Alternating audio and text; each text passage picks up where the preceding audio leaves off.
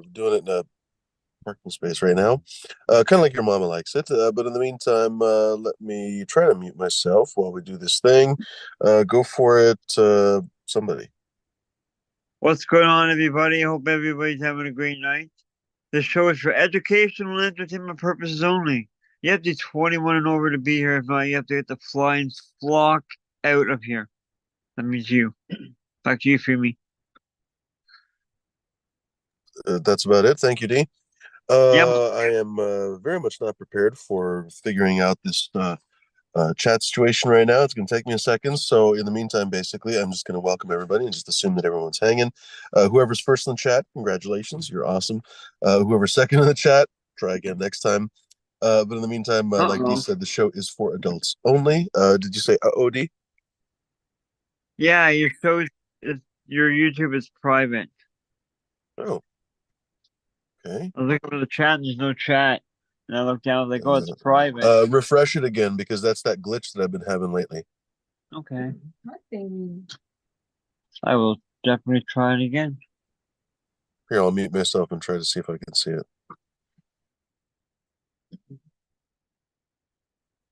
Oh, maybe. Come on. Yeah, there we go. It's working. Jones and the Grove first in the chat.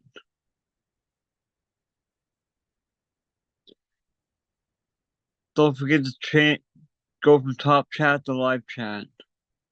Everybody.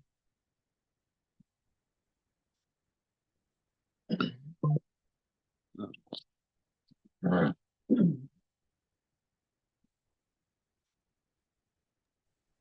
Cheers, it. everybody. Now it'll take me a second to pin the linky stuff. So go for it. Go for it, D. What's going on, everybody? Glad everybody's here. Good to see everybody. Everybody that followed me from my show that I just finished on the G Zombie _745 channel on YouTube. Cheers to the chat. Cheers to the panel. I'm smoking on McFlurry and another kind. I can't remember offhand, like always. But I'm gonna stop smoking the McFlurry because I sounded really not smart when I was near the end of the show. It was pretty funny. But anyways, hope everyone's having a great night. What's going on, Smashed? Nothing, man. Just hanging out. Rolling a joint. It's a Nice. mix between a bud someone gave me and some bubblegum breath. Ooh. But yeah, you can follow me at Four Smash. The number four smashed ED number 20. Yeah, man.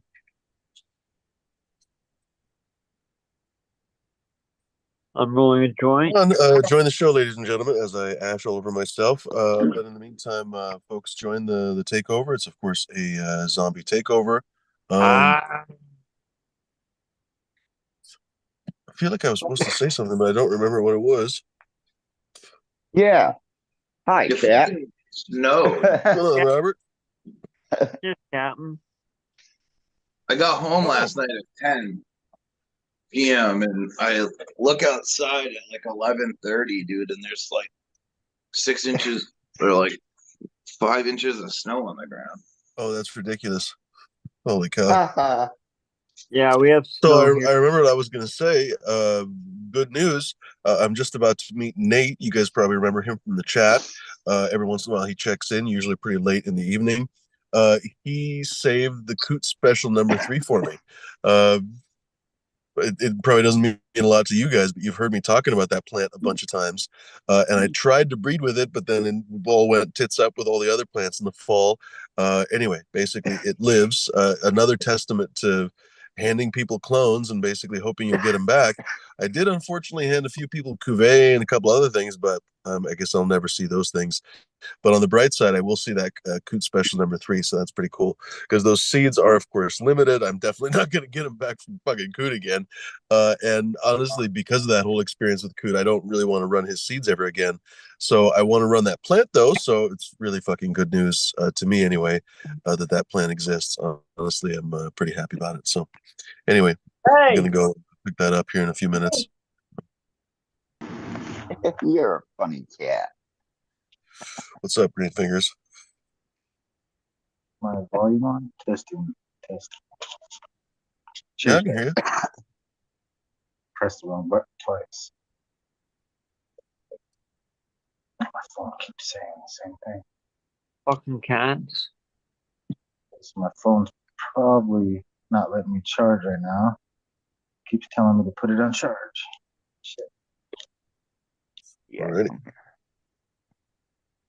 Well, gentlemen, now I'm going to make some hosts, or co-hosts first. New co-host. Oh, I guess so. I guess I can open the window. It's freezing. I've been dipping these pouches the last couple days. Well, actually, the last couple weeks, and it's really helped me stop like craving cigarettes. Oh, that's cool. By the way, ladies and gerbs, excuse me. Visit Fuminoro.com for all your favorite merch needs. Perhaps you'd like a t-shirt for the summer. Perhaps you'd like a coffee mug for the summer as well. I don't even know. But in the meantime, folks, if you guys would like some other merch, please let me know. If you want some glasses with fucking Fuminoro shit on it, that's fine with me. Let me know. I'm sure I can make it happen somehow. Well, I'm not sure, but I bet I can make it happen somehow. In the meantime, check it out, ladies and germs. And of course, genetic preservation kits at your disposal. Check them out, of course. The panel would be happy to recommend some favorites, ladies and germs. But in the meantime, I'll leave you guys with the show. Thanks very much, D, for hosting the show. Make sure, folks, to appreciate D, honestly, for hosting the show, because if it weren't for him, there wouldn't be a show tonight. So adios, later gators, and deep fried taters. See you guys. And don't forget, by the way, don't forget to use that coupon code BRAINZ, BRAINZ, for a discount on just the seeds only. It will not work for Gage Green Genetics or the merch.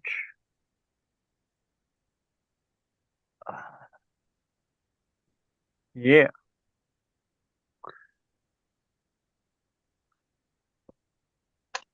My phone. Oh, so I had to type out a list of seeds yesterday. It took me about 4 hours to type this list out. 4 hours. Man, and then I get near the end and I'm like, why don't you just text to type or talk to type? Yeah.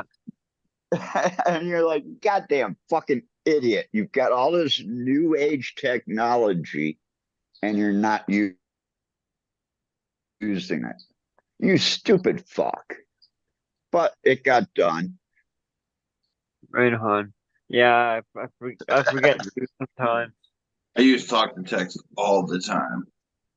Yeah, well, I don't, and I should because My shit, I spelling took is horrible, especially I when I'm took trying to like something fast. I took like 50 milligrams of Valium yesterday just to get my hands to stop shaking. Yeah. I don't believe like I went outside today to go check the mailbox, dude. My whole driveway was a sheet of ice.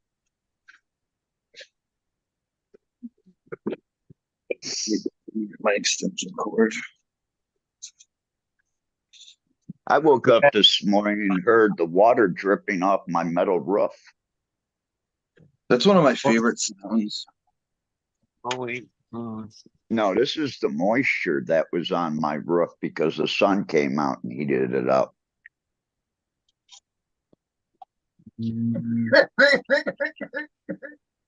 And believe me, if you lived here and it rained, man, I'm sitting with Sony headphones on. I can't even hear you guys in my house when it rains. Where is it? I gotta move. Oh, there it is.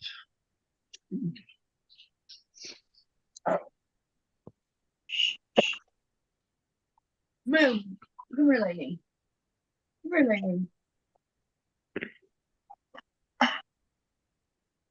I hope this kid comes and picks up all these seedlings in my yard in the next couple days. Yeah. Yeah, I offered one of the guys at the shop all the fruit tree seedlings in my front yard if he came and got them all. Hang on. Move! I'll be right back, guys. I gotta go deal with my damn cat. Well, a lot of these little seedlings out here are between a year and 2 years old. So they're ready to be transplanted into a nice big open area and give them some good sun and let them grow.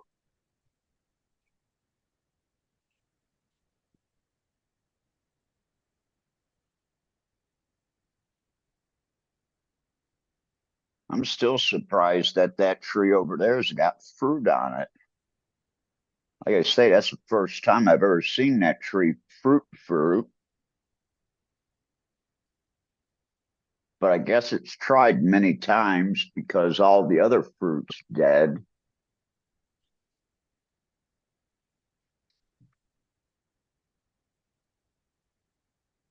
I can't believe I still got fruit on my tree in front of me that still needs to ripen.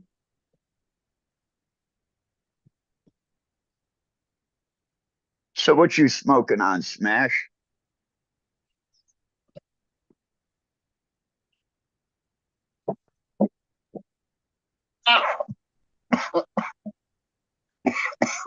Something that good, huh?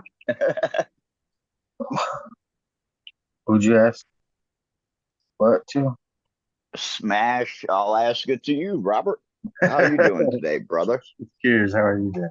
I'm smoking the Mendel Breath Banana God by Buddy Kilowatt that I grew. Yeah. That sounds good.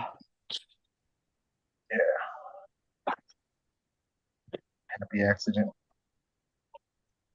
What Happy the fuck is accident. falling down? Jesus, Murphy. Hey, he may bitch about that, but we had a fun week at that festival. Right. Oh. He's like, weed was worthless. You want a bag? I'm like, hell yeah. It's like, it's full of seeds. There's nothing to do with it. Yeah, you pull the seeds and you still get high from that weed. Yeah. I smoked that shit for like a month, dude. Yeah. I got the biggest bag of seeds. Holy shit. Cool. I lost them. I thought I threw them away on accident, and I found them the other day. I was like, holy shit, there they all are. Not just a bag of 6 or 7, like a bag of like 100. Cool, because I only got like a couple grams of flour shoved into a little baggie. I may be asking for some of those seeds. That whole bottom of that bag, almost a dime going across there of all seeds. Of all seeds. Just like, A beanstalk. I came across that pack of apples, bananas by Masonic yesterday. Right on.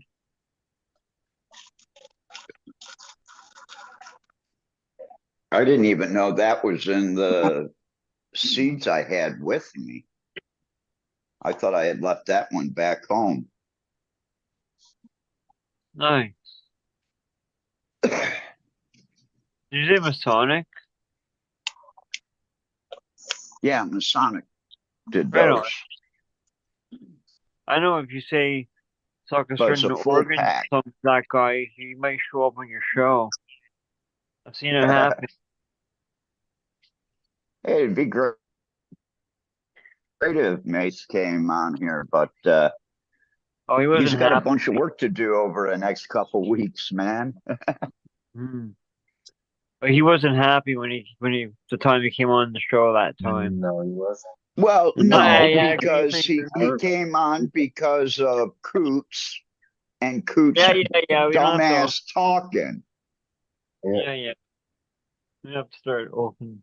Good times. And man. if you go back and you watch them, you'll notice that every time Coots brought him up, I stood up for him because he's doing nothing that we didn't do 25 years ago. You find one good male that carries the traits over when you cross it into something, and you hit that son of a bitch with everything, and you hope something comes out of it. That is nothing more than what we did in the beginning. Good. True. Sorry, guys.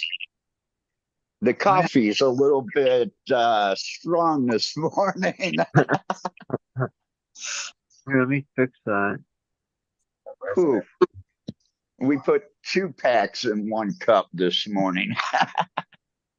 2 packs, 1 cup. I feel like I'm back in Vietnam, man. My heart's racing. That's wrong. I may have to go find some sour diesel just to calm down. Hey, we actually have a new person watching us today from Chiang Rai, Thailand. All I'd right, like to on. say hi to that person out there. Thank you for joining us this morning. What's going on, man?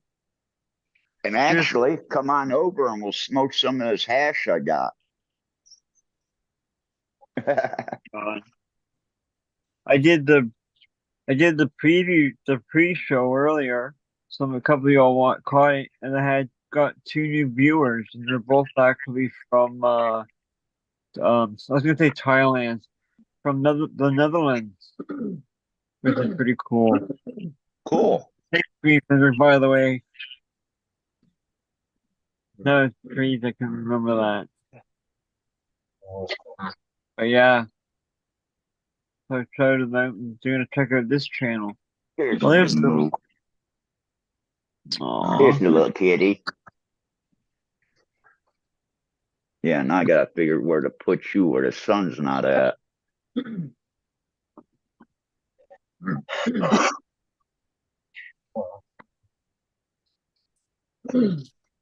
That's cool. Gotta get my iced tea.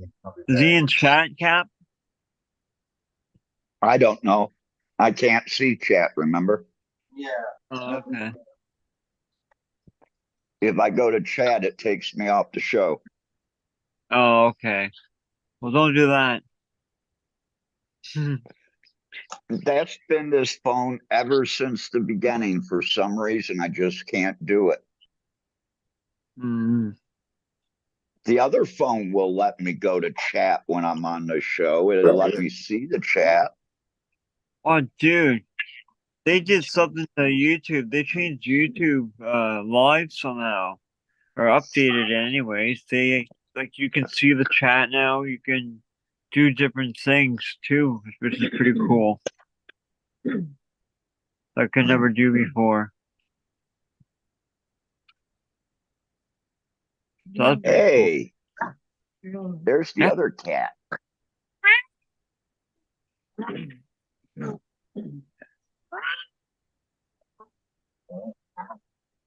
Is it Here goes your dogs. What is everybody smoking? I just got up.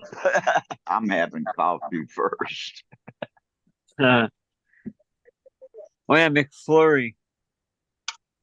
Oh yeah, I just watched you say that on the other show 2 hours Yeah. ago. McFlurry and what's the other one? I hate the fucking numbers, man. I have to look at old packs that have a label on. Fruity. I don't know. Fuck. Actually, I can tell you. Hold on. I really wanted to. Yeah. We need to tell Smash not to leave us with that bright light on. I like how it looks like a cross. Oh, there you go. See, it makes like a cross. It does look like a cross. It's crazy. Like how the middle is just all super shiny and bright. Oh. Yeah, I just hear the gates open, whatever you want to say. Candy cushion mochi. Trumpets playing. Trumpet blowing. Okay. Cheers. This one's the blueberryish Tino. Love this Right one. Only one I have that.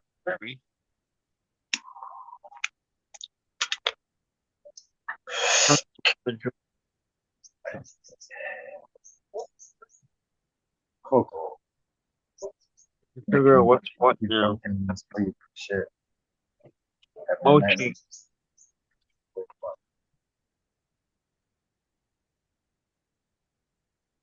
Uh-oh. I gotta switch it up the mochi. That other stuff. That McFlurry stuff is whew. It's making me crazy. I got a problem. What's that, Cap? This pussy is blocking that pussy. Oh. He won't come Oh. around when he's sitting here. Oh. I think they spend a little bit too much time together. Oh. So it's almost like cock blocking. He's sitting on my steps on my porch and won't let the other cat over. The Hello, other good cat girl. beat the shit out of this little moo, though. Yeah. We're playing. All right. Cheers, get up, girl. Cheers, everybody in chat by Kilowatt. This is Dundee Pipe. Hello, Cheers, J-Pop. bud. Jones in the Grill. Long time no see. Some of you guys. Cheers to all you lurkers in the background.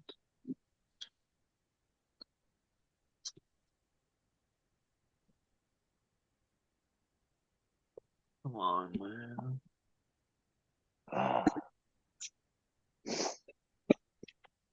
Fuck it.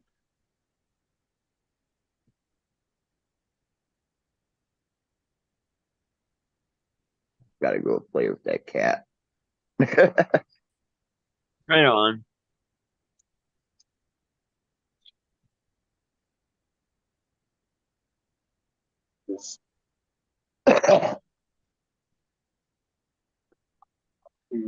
So I'm gonna smoke some. It's called Aurora.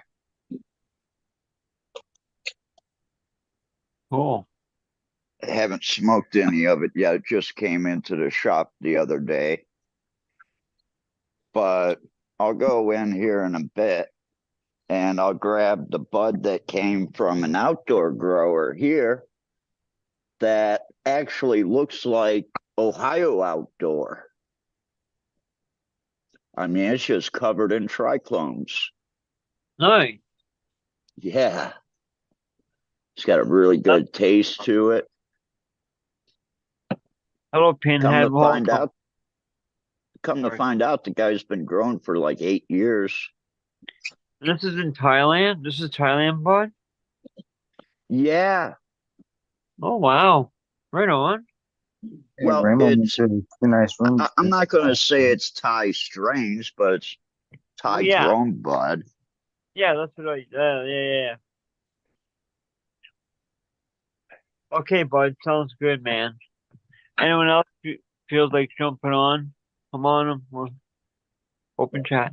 Go ahead. Sorry. Back to you. Yeah, Ramo showed a bunch of stuff from Thailand, and the Strain Hunters just had a Thailand video come out today. Yeah, 2 Thailand videos Arjun? in a day, I think. I saw. I didn't Arjun get to watch did? these one of them. Yeah. Arjun. Okay, then there's a good chance that you guys are going to see a lot of the plants that I have seeds of. Right on. Seriously. Because the farm that he probably went to, one of them was probably Prima's. Mhm. I can't find She's them the on this top phone. female here in Thailand. I'm looking up on this phone. Shit. Hmm. I As can't far find as the videos I'm growing talking goes. about. Oh, there it is. Let's see.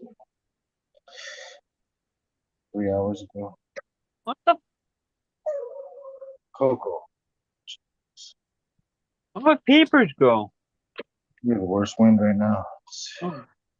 Sounds like So we are going to have to sit down and go through all these seeds Mhm. because I've amassed somewhere close to, I probably have a good 15 or 18 that I can actually sell. Mhm. But I have literally like another 40 different that are between 2 and 20 seeds, 30 seeds. That's crazy. We have banana terps, we have pineapple terps. P.O. box. We got it all, man. I love banana turf.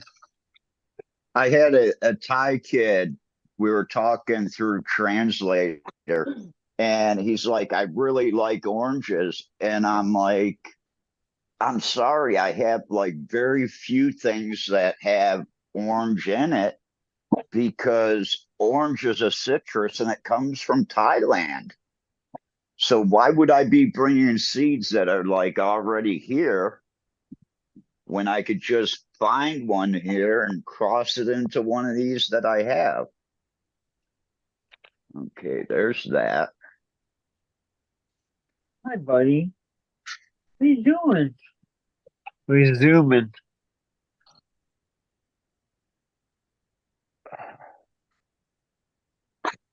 I can zoom in now. There's a roller, papers. I'm rolling another joint.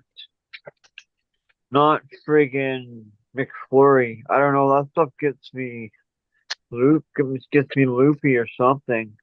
Gets me high. So Well, isn't that why we smoke it? part of I the part. do. Well, medically as well. Medical reason. Why do you smoke pot? So I don't kill you. Exactly. I think I'm gonna have to re-roll this. Fuck this. There we go. I don't like the looks of that, so I'm gonna re-roll it. Putting Ah. in the flour. It doesn't look like anything special, Cheers. but it stinks when you open up the fucking bag. Oh, dude, we had this. I'd love to get some more of this Ah. stuff. The stuff here was something nightmare or nightmare something, and it was really crystally and frosty. And as soon as you open the bag, it's like the room stinks up. It was really good for nighttime. It just stinks. That's okay. I seen exactly why a lot of the weed here in Thailand doesn't look like weed back in the States or other places. I have found a new land of beasters. They are keefing the fuck out of their bud to the point the keef is coming out green. Wow. Yeah. Advanced cross Chem 91. Right And they're on. complaining that they can't sell their flour. And it's like, you fucking stupid idiots. You keefed it so much, you've got green keef. No wonder why no one wants to buy your flour. It looks like shit. Yeah. Now, this flour, like I said, this is like something you'd find in Ohio. And this is That's it. outdoor. This is Trimmed outdoor. like shit. Huh?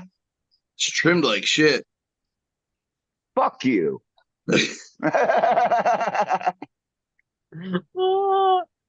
You take this top off, this little bit off, this little bit off, this little bit off, and that one, and you're fine.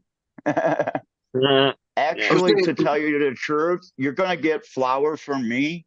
The tips will be trimmed off, but all that will be still left on there because that's just covering up the inner trichlomes and protecting them from this bag, and you can see all the trichlomes on the bag.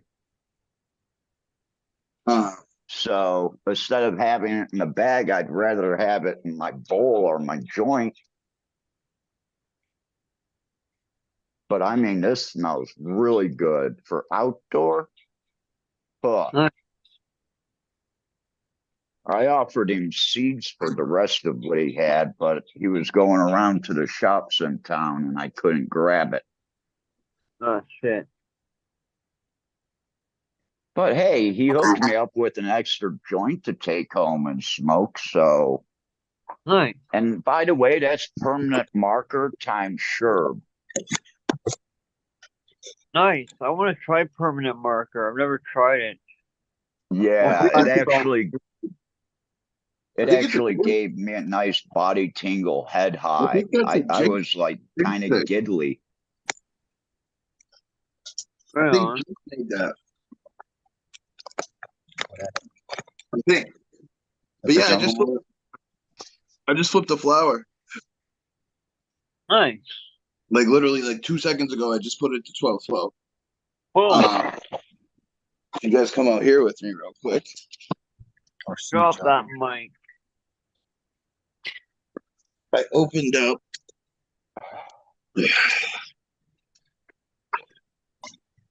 You guys will remember this little tent from my room.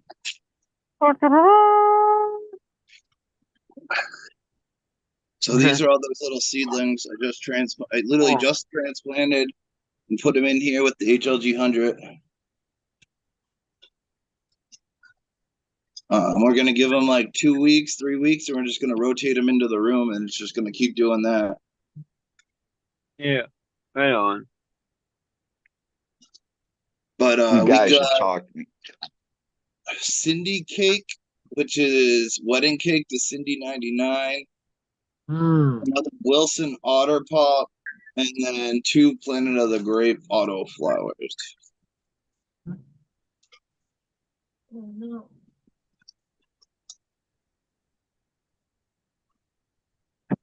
Did you get a new? Say it one more time. Did you get a new Cam Sultan seeds? No. Oh, the cam looks so clear. My other phone died. Oh, okay, that's it. But yeah, so I got the little officially opened. Now everything in here is officially in flower. So hopefully I'll be able to pick out the males out of these. Everything over on this side's female. Everything on this side is regular. But there's 4 stems in here. There's 3 in this one. 3 in that one. So hopefully I don't have to cut them all down. I don't think they'll all be male.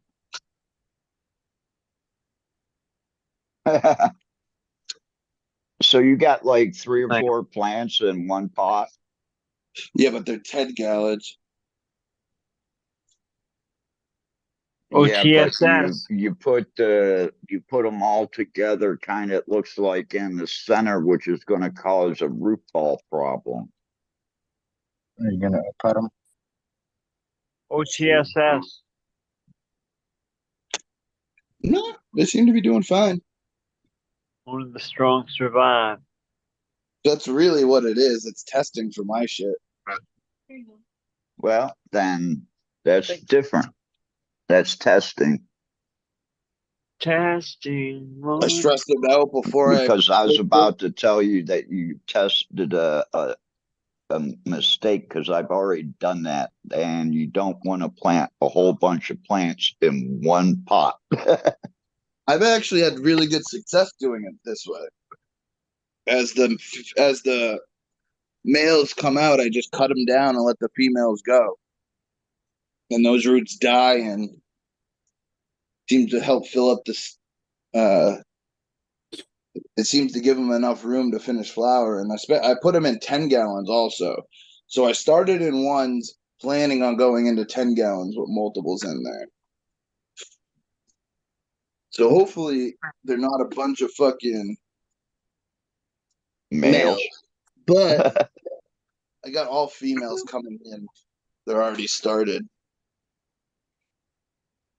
Number 2 project. What do we got here? Oh yeah, this is a little critical Kush female right here. This. Wait, that's weird. What? Boy? That's a white wedding. This is a Wilson otter pup. Dude, I've literally tried training this thing and it doesn't want to get trained, so I'm just letting it do what it wants to do. That's an otter pop. Wilson otter pop. Yeah. Nice. I was gonna do those next. Just I don't even think I have any of those. it's too bad. I'm, I'm a dick. Oh, that's too Yeah, it is too bad too bad because you didn't get a pack of those. Shit. supposedly I had my pick before the doors opened up, and I went around with a big bag and I was just like grabbing Dude, look at shit. this leaf. What is Look at that? this leaf. I know that thing's That's beautiful. what she said. Here, I'll actually pull it. Oh, pulling a dinosaur. The thing would have been massive. It's already big. That's Chem Dog. It's a chemo. Nice. Right on. Dude, that would be a perfect leaf to keep. Throw it in the book. I might do that. Let it dry out. What about hairspray? It's so big. Yeah, When I left for Thailand, I had a friend trying to give away his like research papers and his paperwork. It included a 3-ring binder full of pages with just leaves in them from the different varieties back in the late 90s, early 2000s. Right on. 1, I'm gonna 2, see if that stuff's still available and grab it when I go back. 1, 2, 3, 4, 5, 6, 7, 8. He's got 9 leaves. I've never seen. I like mean- you can. Uh, uh, uh. 9 blades? Yeah. I've seen them with 4, 11. 5, 7, 8, 9, 10, 11, 12. Yeah, I've seen You're that. welcome. Numbers. It seems to be pretty common with this one. Because this side, this one's doing it too. Look at- Right on. 1, 2, 3, Oh, 4. yeah. It's warm in here. I got the temperature. It's 75 right now, but that's with the door open since I've been down here. Nice. I want to maybe Got it 72 here. My basement and everything's 72. This one, It's mid-70s outside here. Oh, outside. Oh, nice jump. It is morning. Yeah. so yeah, I'm fucking pissed that the snow came because like that little tent would be perfect when it's turning to spring summertime. That little tent is like the perfect temperature to get seeds going to just put them in here. Right now it's a little cold. It's kind of why I went so big. I didn't go to 1 gallons. I went to 3 to give them a little bit more buffer.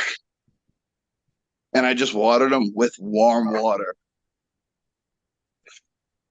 because there's no heater over there. I mean, I probably could like it's literally right on the other side of this wall, so I probably could just poke a hole, put like a little fan into it, but we'll see.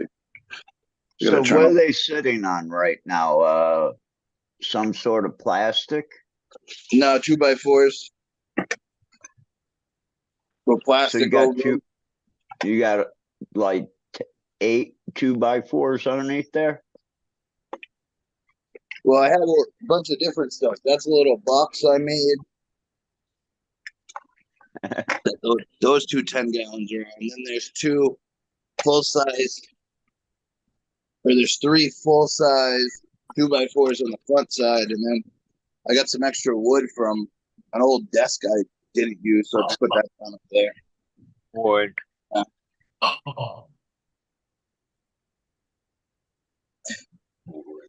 I'm gonna maybe put this up a little bit. Okay. Holy shit. I gotta roll this joint inside. The wind just picked up. Oh shit, eh? I hate that. Worse than a boat. Yeah. So, I'm Nah. happy to be the Nah. flower. I learned my lesson. Cheers, Primor. Ned Denver. Ned Denver. Cheers, Ned. Beanstalk. Cheers, everybody.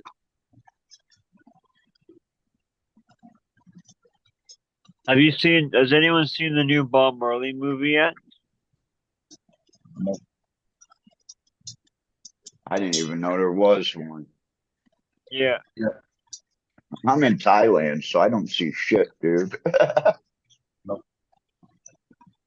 just was released on one of the programs on my TV. Called One Love, right? I think so. Yeah, I'm not even that sure. I just know I haven't seen it. So I've heard the song. After living here in Thailand, and the only place to really go and be able to smoke at the bar was a reggae bar. And I am to the point I am sick of reggae. Yeah, no, that one song. The one song that everybody uses in the real stories and everything else, it's like way burnt out already from the song. Like his grandson or somebody. Not even sure. Bob Marley's grandson. Nah, I forgot his name. Yeah, I'm burnt out on reggae though. I listened to it as a teenager every day from about 13 to about 18. I went to Ika Mouse concerts. Gregory Isaac. All these. Yeah, I'm over it. I'm over it. I'm probably gonna go. Ika Mouse. That's funny. Someone mentioned that earlier. On my live. Play Ika Mouse. Some song. This leaf's as big as a construction book.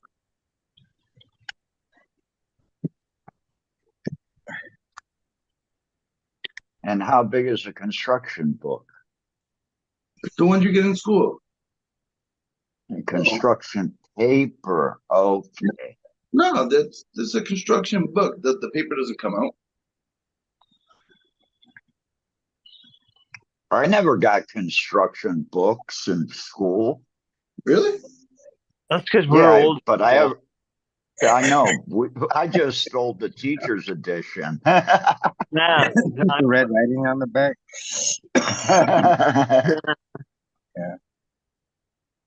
Hey, if you're gonna give me the keys to the room, expect me to have one of each of the teacher's editions.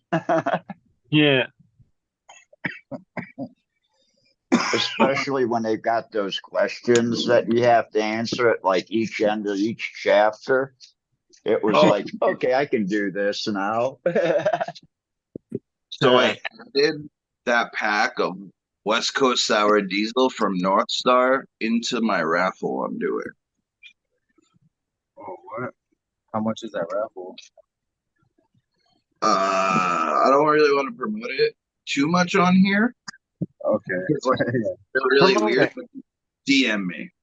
I'm All right. um I'm only doing 20 spots, so there's only 20 people that can get in. I can say that, and I already have a couple. So Oh, right on. Good for you. you're getting And a lot this, of stuff.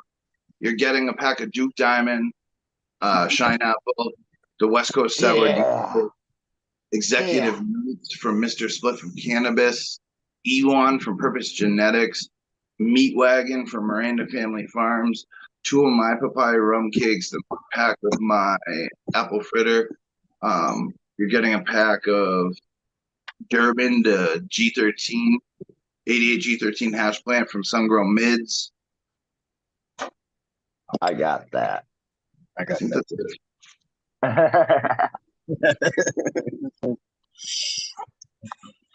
But I keep adding stuff. I got a big pack of TK times TKM10 from Sun Grown Mids too.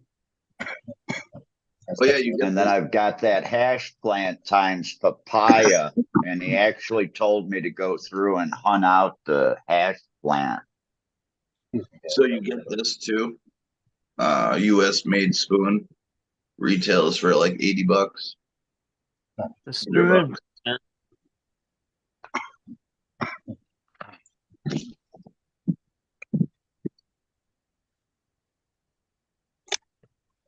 Tell them to bring out the goofy weed cannabis. Okay. Yeah, gotta get some North Star going. But, Instagram won't let me fucking promote a raffle for seeds, which makes no sense. But dude, they as soon won't as let I me go do it. live, like, I think I'm gonna do a live stream and on Instagram and YouTube and get people like tell people about it so they can't take the post down. Wait. Oh, it's you? You had me looking around the house for real. For the quack. I was like, what the hell's going on? Where's this coming from? I'm actually Yeah. banned from going live right now on Instagram. Well, fucking over some stupid shit, like over a seat. Like it makes no sense. Instagram took down a post immediately as I put it up. And all I was talking about was sitting in the bulkhead of an airplane. I used no profanity or anything like that. And they immediately pulled it. So I posted about it. I Fucking posted. Nazis. Yeah. I posted about those. I posted about these nuts. And I posted a picture with it, and they got probably pulled it. They pulled it down. So I fought it. And I said, "Hey, listen, this is nothing So rude I or got anything." So they put it back up. I've won some recently, but the other day, remember when I got those chocolates for $5 from the dispensary? I posted, I was like, "Oh, what a good deal! I got these $5 each," and they took it down immediately. I'm like, Hmm. "What the fuck?" Wow. I just got stuff put back up on my. It's because You you guys put let a them stick me price down up there. on my Yeah, but I pickup. said I got it. Like they would have to read the wording because I'm not. I was like, I got. I picked these up from a dispensary for $5. I like worded it like I bought them, and they were like a dispensary thing. They weren't just some like homemade edible. You know what I mean? But these aren't being read by anybody. They're being read by AI, and AI is picking out keywords out of us, out of what you're saying, and it's making a decision based upon that. And that is total bullshit. It sucks because when you appeal, I feel like, especially all right, even on I couldn't even TikTok, appeal to one. like I got a post taken down from TikTok. So TikTok's been sending me a lot of stuff lately. Like they gave me a keyboard, a mouse, that face tracking thing. They sent to me to try. Like they've been giving me stuff to promote, and I promoted a keyboard that actually is really nice that they gave me, and somehow the post got taken down. And I'm like, dude, what? And it's the same thing with Instagram though. You try to appeal things, and you're literally talking to no one. You're talking to like Exactly. another robot,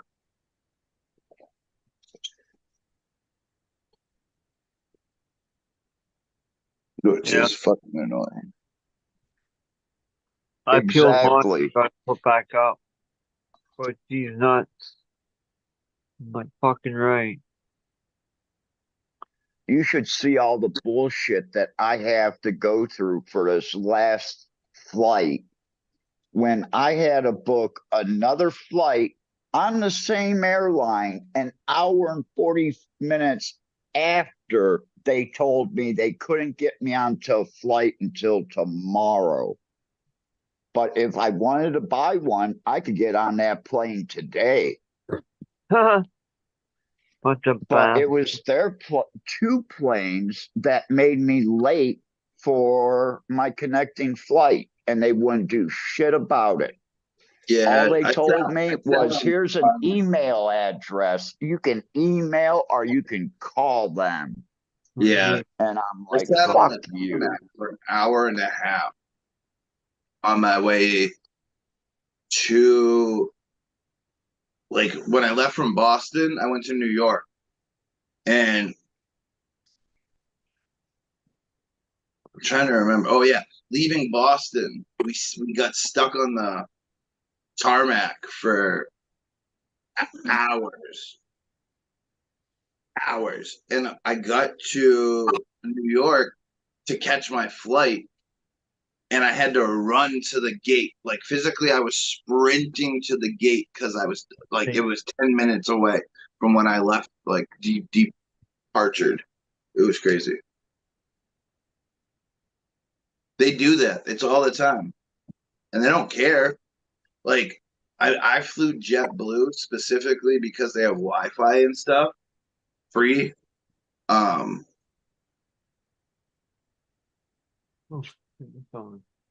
and I'm happy because a week after I did all my flying, two JetBlue planes that were going to Vegas crashed wings on the runway in Boston.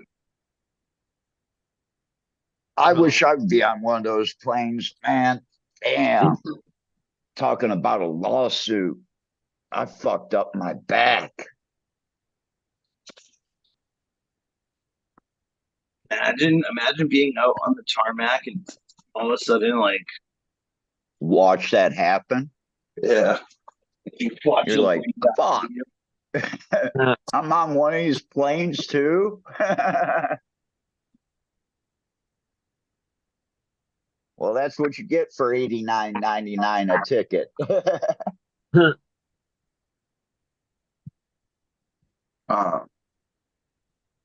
I like the little airports. There's a little regional airport in Worcester, and if you're gonna fly out of somewhere, if you can get a flight out of there, dude, it's so calm. It's so small. Flint is that way too. Flint is like the easiest airport to fucking fly out of. Um, New Hampshire's not bad, but it can get congested.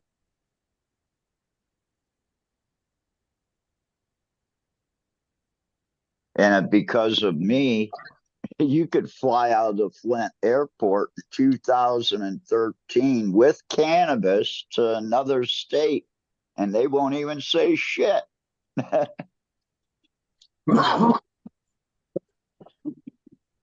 Because they found all the cannabis I had with me when I was going to California. Actually, that trip was to Florida.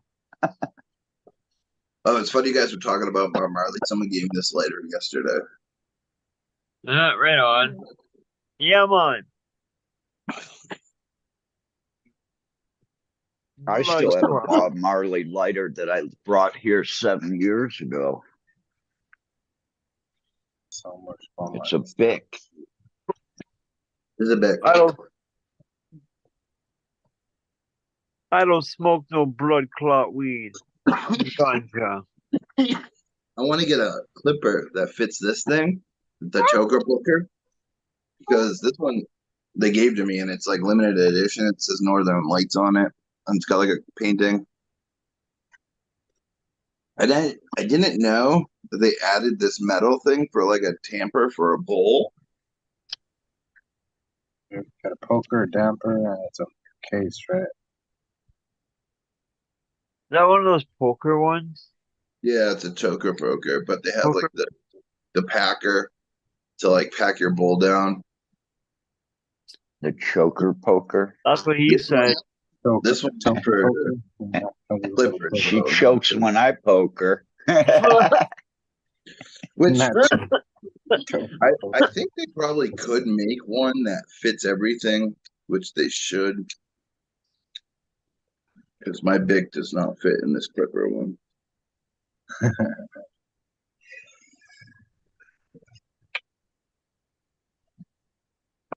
No, they're probably made for those cheap plastic lighters.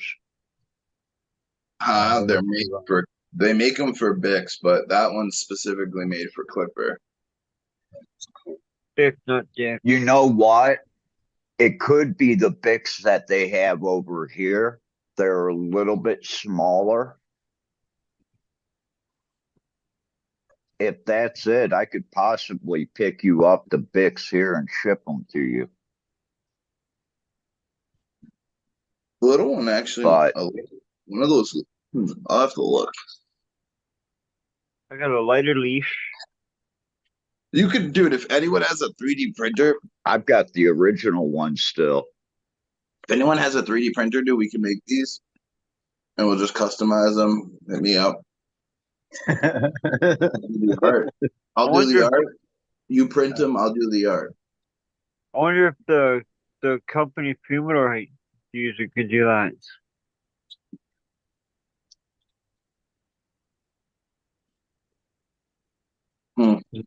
That does the shirts and shit. Does everything else? I mean, this poker is literally just on a hinge. It's not hard to make. I should make one that's spring loaded. That would like when you want it, you click a button and it just goes like a knife.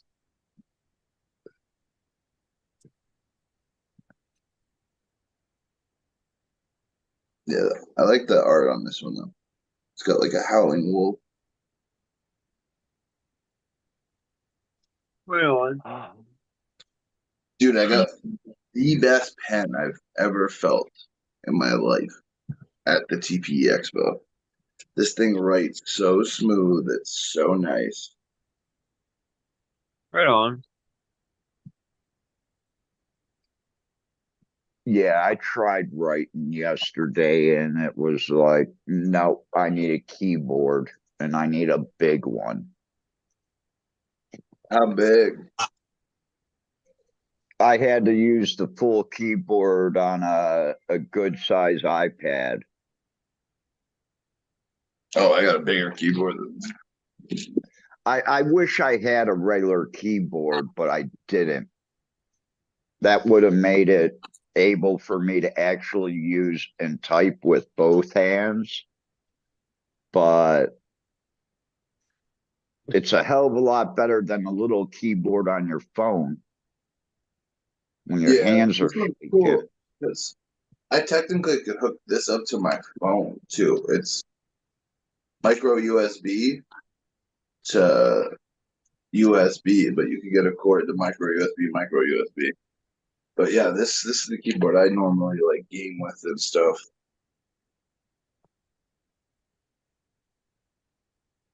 Pretty big. It's mechanical. Well, Thank you. You can That's what change they all say over here. you can change the keycaps on this one. Chubuku. You can change out the dampeners on this one. Yeah, I actually have to take my laptop in and have it cleaned. I've got a key or something sticking there saying. Oh shit. What about some repercussion maintenance? Did you try So that? check this mouse out. This is my gaming mouse. And it's so focused on gaming. Hold on. Organic chocolate milk. Drops Mm. made I'm by gonna Drops. It's the good stuff. Yeah. Look, That's the it's so best, bro. focused on gaming. There's Well- fucking hits in the bottom of this mouse. Like I splurged, it's $5.29 for the bottle, the most expensive out of the few in the shelf at the health food place. And then I thought I only bought a few things. I thought it was a little much money. And then the checkout girl said, yeah, you get $3 back when you bring the milk bottle back.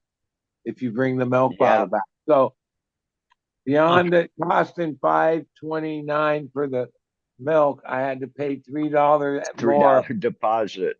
for this bottle, which is glass. And I do stop by that store, so I'll have to just keep track of this bottle because that's like more than half the cost of the milk. That's an interesting incentive. I've never actually been to a place that did that. Yeah, I We mean, have it in Ohio. We probably You get a half gallon of milk and a glass jug. or something but the bottle's not worth $3. Like that's a rip. No. See, what I get like a half gallon size, and the half gallon is only like $2 for the deposit. Now I was really stoned and stopped to get chocolate milk specifically. I did get cinnamon rolls too, but they had some that were in like paper container or even plastic. Less money, probably taste almost as good. But I felt like splurging, so I got the really good stuff. And had to pay $3 extra for the bottle. Yep. But the only time I've seen chocolate milk in Bud's fridge is when I put it there. Actually, I was driving in listening to you talk, and that's why I thought I felt like chocolate milk because I know you like it. And I got the really good stuff. I like strawberry milk. Organic, Strauss. I don't know. Strauss, I guess, is a good dairy or whatever. Dairy. We had a local farm here that like was a milk farm, and they were open a long time. You could go there and get fresh, like strawberry milk. Unpasteurized. You could, but I think they did pasteurize the. Yeah, got to be honest though. What's that Hershey's chocolate that comes in the bottle? That in like whatever regular milk, especially Totally because different. you can make it the way you want it, like not too. Like I like it where it's not too chocolatey, more like just a little in there, or not so much. Oh, I love chocolate. Buy chocolate milk. Usually it's pretty chocolatey. If I was to make it myself where I had control, I'd make it more milk, less chocolate. I like the Nestle Quick because they have the different ones, like the double chocolate milk, or the And, regular chocolate. So it's not and I buy that stuff called Carnation Instant Breakfast because you can put a few scoops of milk in it. I don't know the calories it says, but a lot of times because I don't really eat good in the morning, but somehow I could drink one of those, and I figure it gives me some energy more than just coffee. Here's a life hack for you. If you want strawberry milk, go over, grab your bag of sugar, just start dumping sugar into your white milk until it tastes like strawberry. Your white milk with enough sugar in it will eventually start tasting like strawberry milk.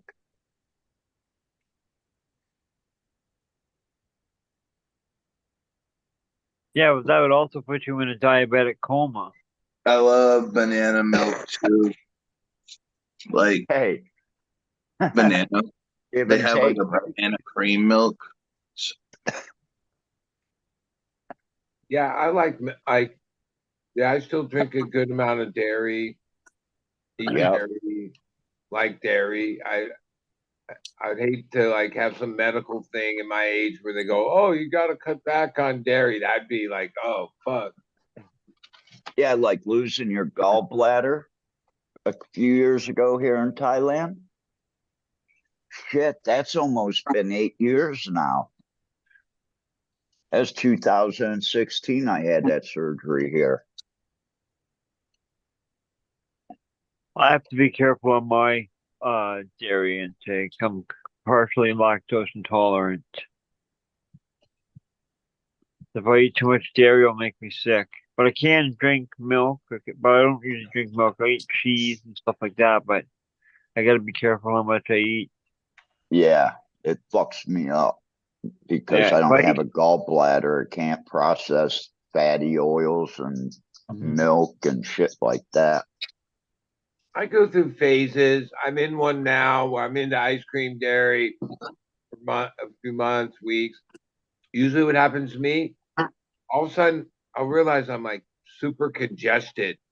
I'm like, got fucking gnarly, like thick congestion because of too much dairy, and then I'll go through phase where I'll cut back and I'll stop eating some of it at our local grocery stores, whether it's been Haagen-Dazs, Ben and Jerry's, the bigger gallon jugs with this digital coupon, like with the app on your phone.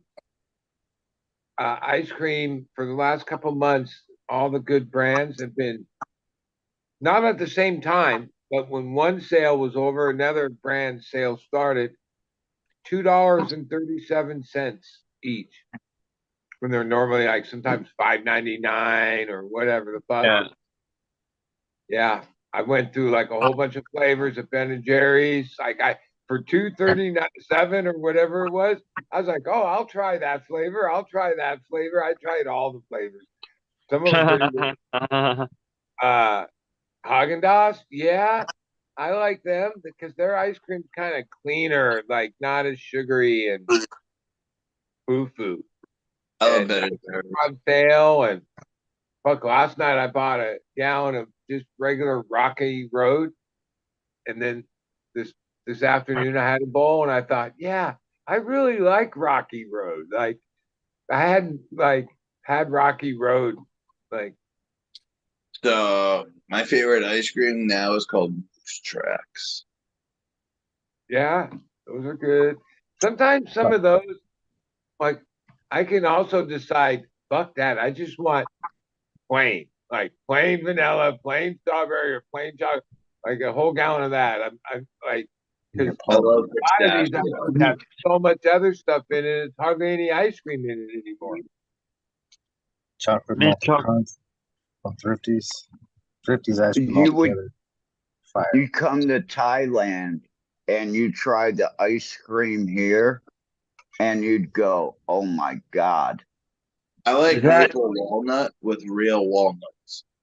And yeah? I've had it over the years, but I always forget how much I really like it. I think it's Haagen-Dazs. Yeah, they make one called pistachio ice cream. Of course, Pistachio's fire. it has pistachios in it, but it also is like a certain flavor of ice cream too, pistachio flavor. And Like bean, yeah, I like that ice cream a lot. St. Pete. My favorite coffee.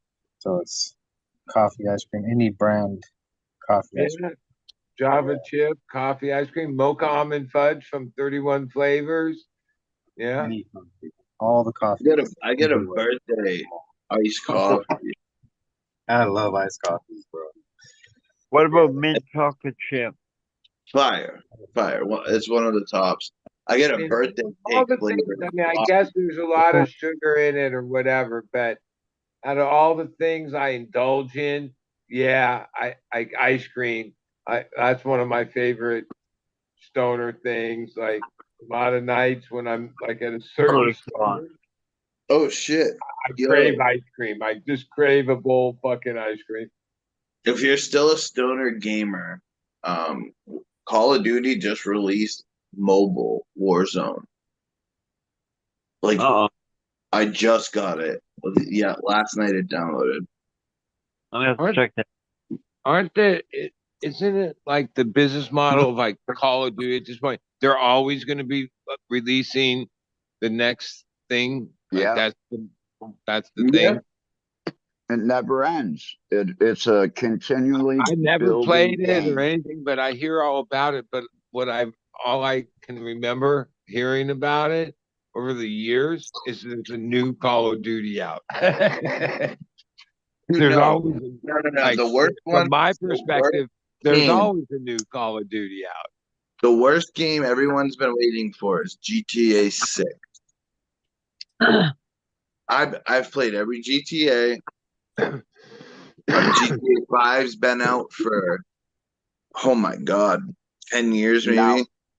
Now is I that a actually played racing that game? one once at someone's house, the GTA when it first came out, and I thought it was kind of cool. It had its, I remember it being entertaining.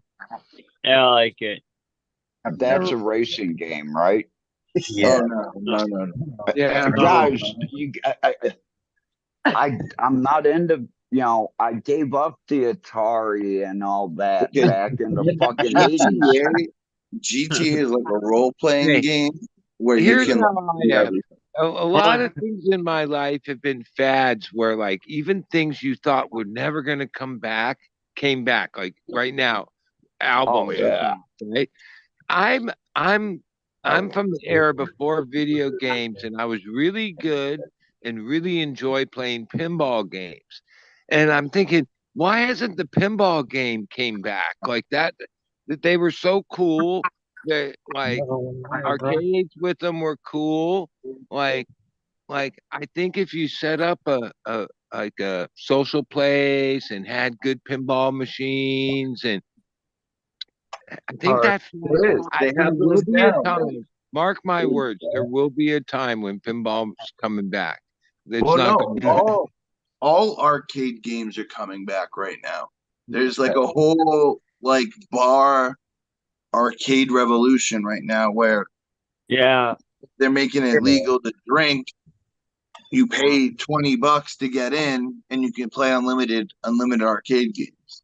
and And instead of bring like your it's own like at drink. this point, this generation plays all the same games, but never really like on a console, a game. They play it on their uh, at home.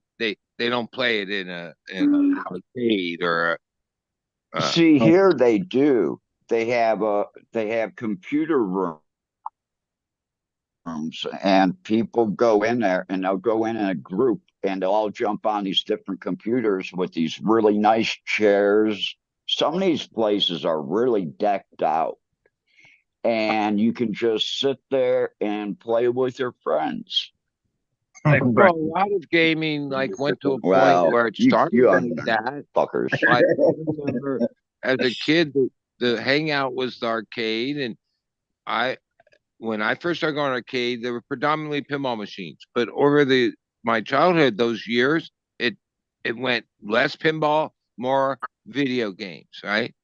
And then it was video games took over pretty much.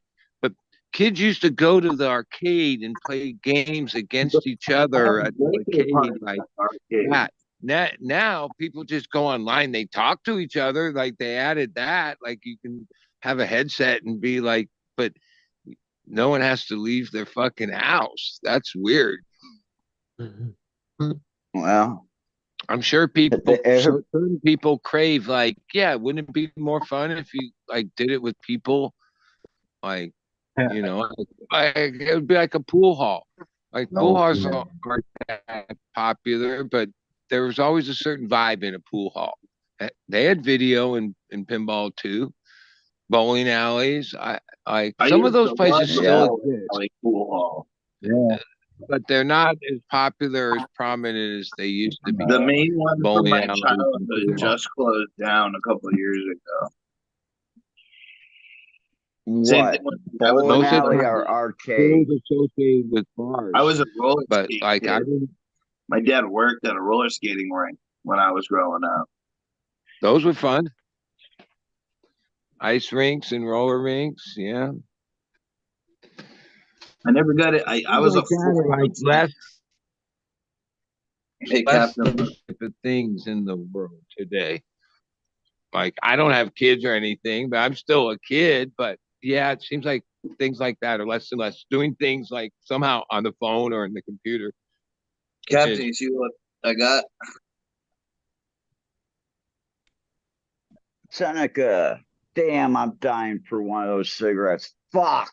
I used to find those at the casino all over the place. People would leave like a whole pack on the last game they were playing. Just walk away. Well, yeah, because in 1998, they were fucking $9 a carton. Yeah.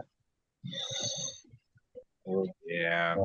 I quit smoking. I think It was 40, January 47. of 98 when I quit smoking Marlboros and went strictly to Senecas. Because when I was smoking the Senecas, I wasn't hacking up this green black shit. Yeah, because they're an actual native tobacco. It's like an American Spirit almost. I think it's almost the same tobacco. Oh, that tastes much cleaner. I used to love that brew. But they're made in Canada. We used to have to get those when we couldn't get So yeah, they're $47 a carton, I think, right now. Come to Canada, get yourself some smokes. Now go to the Seneca Indian Reservation just inside New York, and they're $25 a carton, no tax. New Hampshire's no tax. Yeah, but how much are they? $50 a carton, $40 a carton? I'm talking 25 bucks. So. 25 bucks. 25 bucks. I'm glad I quit a long time ago. Yeah, no shit. When it was $50 a carton for Camels, that's when I quit. What did I get up for? $60. I started smoking like buy one, get one. I could just, as you're talking about this, I can remember all these price jumps over the years. Insane. Yeah, when they get that much, I'm quitting. I'm quitting fucking sure. Okay. Yeah. $7. Oh no way I'm paying $10. And now, well, I have a place I can get them two for $8. Under two packs for $8.50. But for the most part, they're 10, 11, and I'm still smoking them. And I wish I could just flip the switch and quit. You know, I've quit a lot of things. But cigarettes, oh man, that's a beast, like bigger than all those things combined. I gotta be honest. And you smoke lights though. You don't smoke regular. Different. Like I already know, like I'm also super addicted to coffee, and they go hand in hand. And like, if I was serious about quitting smoking, I'd probably have to maybe not quit coffee forever, but, quit coffee for the period of time when I'm really trying to get over cigarettes, because the coffee cigarette thing is like a fucking thing. Like, oh, a cup of coffee makes me want like that in a cigarette's like the thing. And so if I quit smoking and then kept drinking coffee, oh, I'd be really like put myself through double torture, because every time I fucking have coffee, I want to have a cigarette. Well, Yeah. I did it. I was able to do it, bud. I quit smoking and still drank coffee. I Yeah. was smoking. And I know one thing about addict. I'm thinking, yeah, you come up with a lot of excuses why you can't do it, right? Ultimately, if I wanted to quit smoking cigarettes and it meant enough to me, I would. Like Yeah. that's it. It's like when you finally decide, okay, that's it. But there's no in between. No, not with cigarettes. No. And by the way, they're $20 a pack here in Canada. Yeah, I They've know. I've been heard in other expensive countries for they raise the decades. price so much to try to deter people from smoking, and it works to a degree. It works a lot on new people going, oh fuck, no way am I gonna buy $20 for a pack. But people that are already addicted, oh, they just Hey, Do you guys have the nasty pictures on your boxes now, or no? not on the boxes. They have to say a couple things. There was Yeah. this, yeah, there was a moment of that, or there's ads, or there, there's different stuff. It let seems me grab a like couple. they go through phase where, oh, they make them do stuff for a little while and then they they don't. And because like ultimately when you research it all and find out where the money, okay, let's just make it simple, $10 a pack, okay, where that money goes, Taxes. most of it is taxes, tariffs, all this, all the way from the local all the way to the Fed. So who's selling cigarettes? Like the majority of the money is going to the The feds. government, right? That is then also saying that they're doing everything they can to stop smoking, except that that's a huge amount of money that they rely on as their tax thing for centuries. So they're not really trying to stop smoking as much as they claim, No. because that's just they're the ones selling the cigarettes. Well, they're the ones that are making the most profit off of them. Let's Exactly. leave it that way. Well, then that to me is the person selling the cigarettes. Okay. Exactly. So if that's your big profit maker, there's no way in hell you're going to cut that out. Well, but then they take millions and billions of dollars in the budget to spend on these campaigns and things for non-smoking. But like, I don't think that's what I mean. They only last like a little period of time. They should have all these pictures and TV ads, and then they they run out because, oh, they ran out of money or whatever to take the ads. Uh, so it's not really effective because it like none like, oh, some of these campaigns where they show you all the pictures and the devastation and that, if you kept at it long enough that it was just embedded in people, oh, it might have an effect. But by going at it in spurts, because as far as I know, yeah, those No. ads, I've seen them, but they only come in spurts.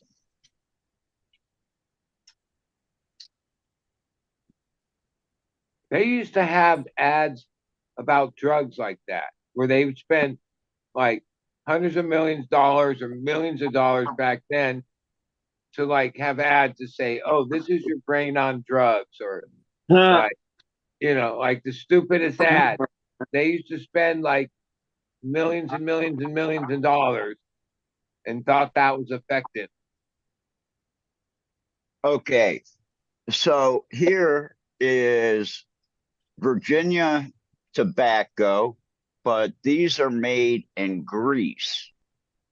These actually have less nicotine in them. And this is how I've been trying to cut back. But it's like smoking a light. Here's a pack from Cambodia. Now, there's that gruesome picture that you were talking about. And Yeah. there's another one on the back. Now, they went a step farther here in Thailand. And right here is the name of the brand of the cigarette. There is no other name of the cigarette on any of the packaging. It's all that lung type heart shit. So the only place they have to put their name is down here, and that's it. But this is what Thai cigarettes look like. These are L&M Reds. Closest thing to Marlboros are a full, let's say a full flavored cigarette. And the Thai tobacco here, oh my God, if I showed you that shit, you guys would fucking laugh at me.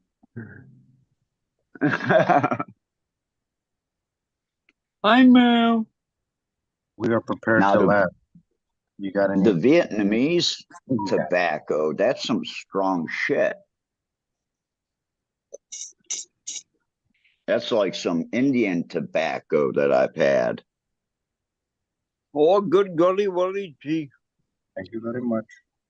Thank you. Come again. Matter of fact, I got to meet up with a guy from Morocco today. Hopefully, we can get together. I want to smoke a joint of hash with him.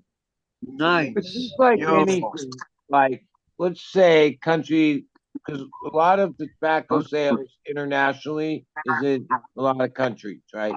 India, we'll say. So the India money and the economy is way different, right? So like they must only pay like equivalent to like less than $1 per pack because that's all the economy there could support, right? So like it's not like everywhere pays like $10 and $20 per pack. Like a lot of places they charge next to nothing for them. They have Packs of Marlboro are like $4.50 here. The L&Ms are 110 baht. So those are just over $3 a pack. Now, if you buy the Thai government tobacco, you can buy like a big bag of it for 25 baht because the government subsidizes that. The government subsidizes your tobacco. It subsidizes your electricity. what I said. Oh shit! And don't forget too, though. But India's wages are really low. They only get like somewhat like $100 a month. That's U.S. Yeah, they're like Thailand. Like 3 rupees. Yeah, well, that's what I mean. So I pay $10 a day here for work. whatever products are being sold at prices for that economy, whether it's internet connection, Very small.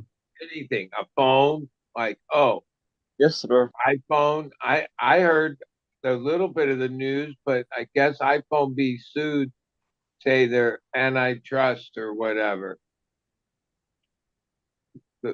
Out of all the things that are antitrust that are going on, they picked on Apple. I think that's weird. I think they should go after Live Nation and Ticketmaster. Hell yeah. Make those motherfuckers pay.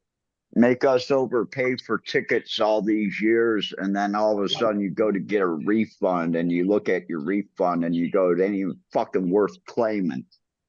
Either monopolies or like, they call them conglomerates, but they're monopolies. They're legal or they're illegal, and that's antitrust. Like that's the antitrust laws, right?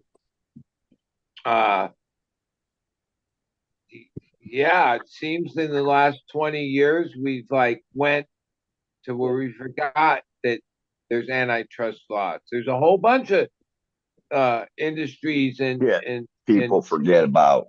and conglomerates that have been set up, whether it's media, entertainment, uh, industry, you name it, Apple, uh, Microsoft. They're like technically there are a lot of them are breaking the antitrust, the monopoly laws. There's not fair competition. No, there isn't. And that's what's really happening now. And you could really see it since COVID. Well, yeah, I Most mean, of your mom and pop mortar and brick stores have closed down. COVID accelerated what was already in play. It did. It made Yeah, it did. it like it was like the final blow to a lot of people. Well, most smaller things, mom and pop, whatever you want to call them, they couldn't withstand a year of being shut down or zero business or No, they only got enough money in the bank to keep the business open for 3 or 4 months, really. well, even all that, I forget what they called it all, but it turned out like most of the money that government gave to all that, a bunch of crooks and like big businesses that didn't even need that money got most of the money. Ruth Chris got like 23 fucking $1 million. Their Yeah, steaks are fucking $50. They start at $50. And there you're was. giving that person money instead of, Johnny's restaurant, the only restaurant in our little fucking town. Yeah, we have Fuck. like a short ass memory. Things happen and then we just move on and oh well.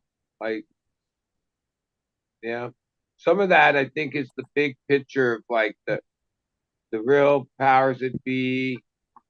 The whole intent is they figured out probably long ago the most profitable situation for them is when everyone's divided, whether it's like political divide, this divide, that divide, more divide, the better, right? Because if humans could ever come together and on the things they agree on, most of that would be against these powers that be. And so the best way to keep us from ever like turning on them is to keep us divided with all this other bullshit. That's just the Yep. way I think that's what is happening. Like it don't matter Keep the who people the name, divided. that has nothing to do with it. Trump, this, that, Biden, blah, boop, every oh Putin, this guy, all the fuckers, no, the powers that be, the big corporate machine of this whole planet at this point, it's more profitable. Maybe it might only be like a couple percent more profitable, but they've run data and they know that it's more profitable when people are divided than when people are together. But even if you increase, say, 1.25%, and then you look at your annual sales are $110 billion, that's $1 billion extra in your pocket. $1.5 billion. Shit, a couple companies making an extra $1.5 billion can feed all the hungry people in the world. Just a couple. But, we got to go spend it on military for some reason. Why not feed the hungry people? I'm sorry, guys. Well, it's so complicated. There's so many levels and complicated. It's not as simple as fix one thing. Here's what I found on the web. It goes way deeper. Well, yeah, because they say, well, we earmarked $10 Uh-huh. billion to help the hungry. And by the time all the people that it takes to get to the food to the people take out their little bit, that $10 billion all of a sudden becomes like 4 or 5 billion. So only half the food are two-thirds, or yeah, 2/3. Yeah. That's still more than half, you idiot. But less Some of than them, half the like most food gets out. Nonprofits like that over the years, it's come out that like, oh, only a small percentage of the dollar ever went to anything. It was just all big bureaucracy. What Yeah. it didn't always start that way, but then just the The, money, the way life, the world is, the game that gets played. Yeah. like my family has cancer, and when my grandfather passed away, my grandmother donated to the Cancer Society. My aunt started donating. My mother started donating. Well, it turned out that the second biggest cancer like donation center where you could send donations to, and you can send like food items and household items to, they ended up getting busted because they were only giving out 12% of what they were taking in, and they were selling off like pallets of shit that were sent in to be given out to people. They were selling that and pocketing the money and shit like that. So you got to watch out who you really give to, too. And there is a government list out there that will So tell many you years. exactly how much money that they collect actually goes to what they are trying to support. Mainly So now you that the can public is pick them out now. aware of what you're saying, like the big ones like Red Cross and this. Remember when there used to be any disaster, they would be ads and they would be these special text numbers for all those. Most of those places, the donations went down drastically to them because of what you're saying. Where, oh, people do the due diligence, because if you really care about one particular issue or something and you spend a couple minutes Yeah. searching, you can find it pretty easy to better donate and go to direct, like where like the whole money gets to the cause. And so over the years, the big industry of nonprofits, yeah, they've taken a big hit because, yeah, a lot of stories of, not all of them are bad, but most of them were like, yeah, like they only gave like less than whatever of each dollar because, oh, so and so sorry and this and that, and which is a shame because some of those places actually at some point in their existence did great work. That's how they got their reputation. That's why people trusted them,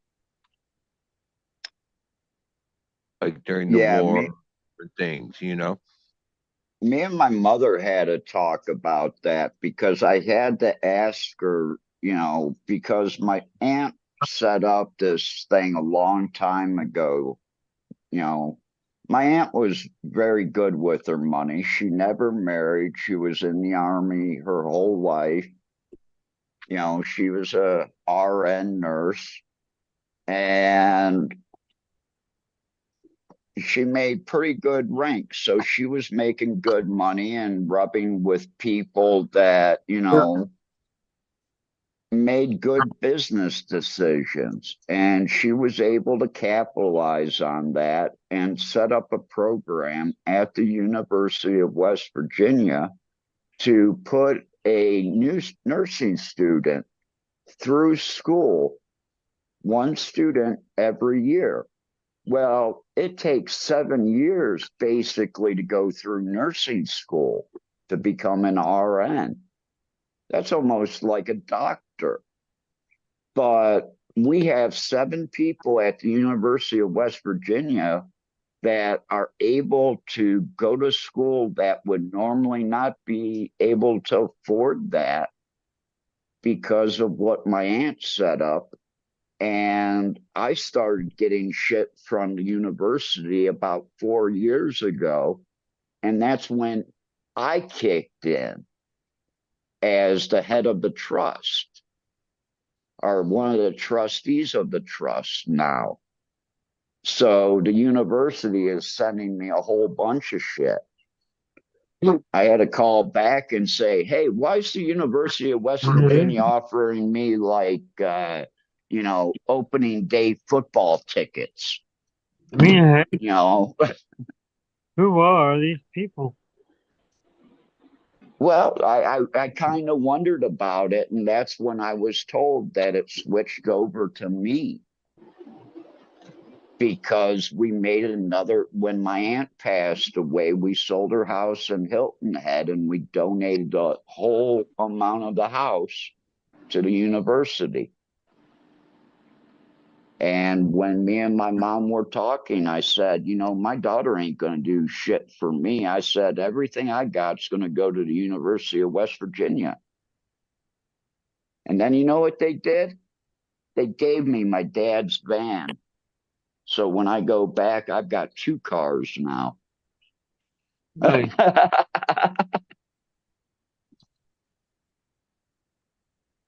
But yeah, my mom was really happy that I was going to be donating the majority of what I had left to the University of West Virginia.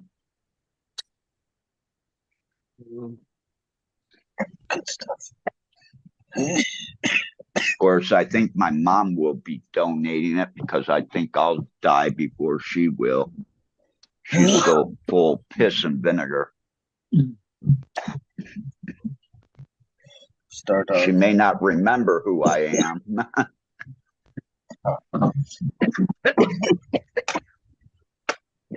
Excuse me. What are you guys smoking?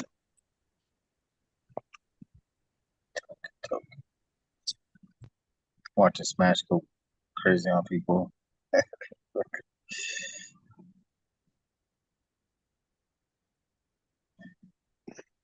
Popping caps and asses. Caps and asses. Smoking the Star Dog concentrate. Oh, I'd love to smoke some Stardog flower. That permanent marker cross was about the heaviest thing I've had for a while. Permanent marker, really? So that's from Permanent marker, sure. No, not Crackbun Jungle. Who was that from? It was crossed with sherbet. Okay, never mind. I thought you meant you just had the regular. No.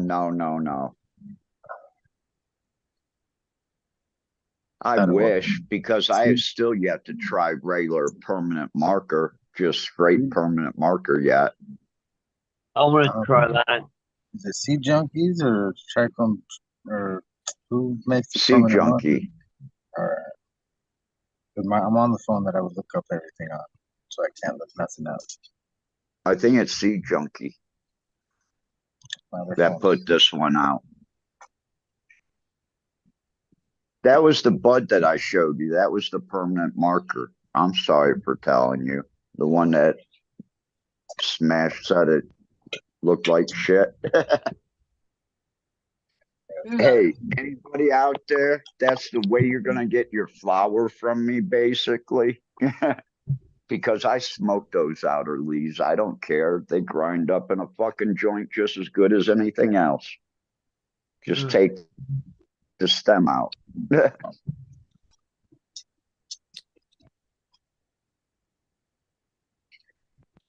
Unless you're smoking something like I seen last night, and I was wondering why the guys were even trimming it, because by the time you trimmed it, you lost like 3/4 of the bud.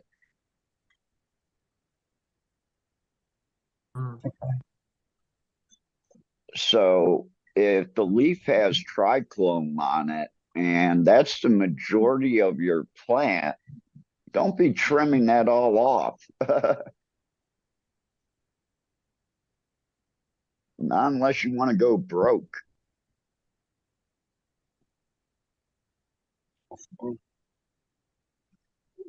Oh man, I seen some of the Bubba Sensi Star the other day up close. Oh my God, does that look fucking killer?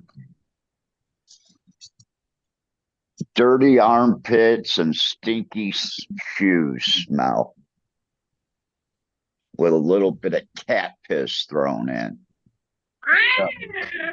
Got me with the cat. The rest of it, I was way off. Yeah, when you break it up, you can definitely smell it on your fingers, I've been told. It's almost kind of nauseating.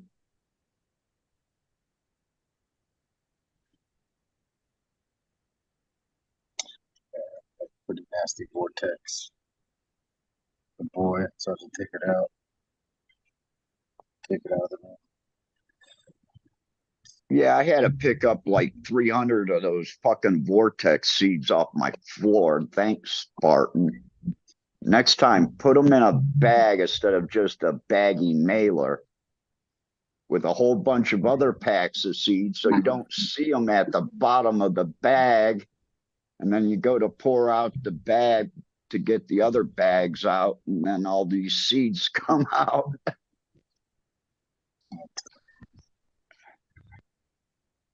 Well, at least I was able to take the non-viable ones out as I was picking them up off the floor.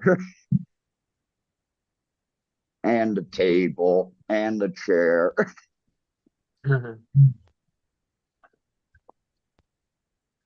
Well, I told my mom, I go, listen, don't clean back where I have my chair and in between the stand with the light on it next to my chair. She goes, why? I said, my friend Kathy dumped some seeds there. Well, how many did she dump?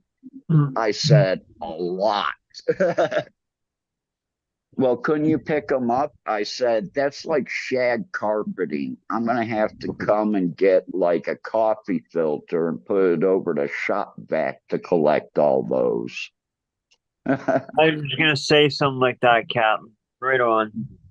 Yeah. Yeah. Yeah. I used to have like one of those little dust busters, and I would go around and use that at my house after I did seeds. And that would be your, table selection seeds, the ones you gave out because you don't know what they were. Pantyhose work good too. As a filter. Yeah. Like that. Little ones work. Little car one. The car vacuum. Nice. Or little handheld. I have another one somewhere. I don't know where it's at. Got a light on it. Oh, this has a light too. The light's right there. The handle. This is my rival. This is what I used to collect pollen with. So like that's what I collected 2 plates full of pollen last run. It all collects in the plastic, dump it all out. We talk about doing like open pollinations and things like that. Well, I'm going to be collecting pollen in like the pollen bags. And my idea was to take like the things that you add to your hose for your outside to water your lawn and shit with, is using something designed like that and just forcing air through it to blow the pollen up into the air. But being able to collect the pollen from different males and just mix it together in one container and then spray a whole fucking room down just by turning on an air compressor or hair dryer even.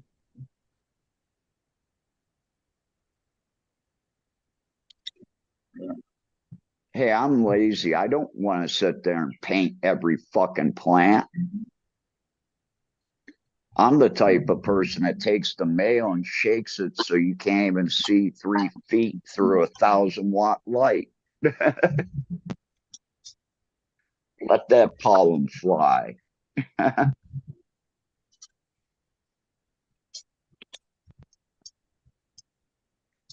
All you need is some water. Just mist everything down with water when you're done and you're fine.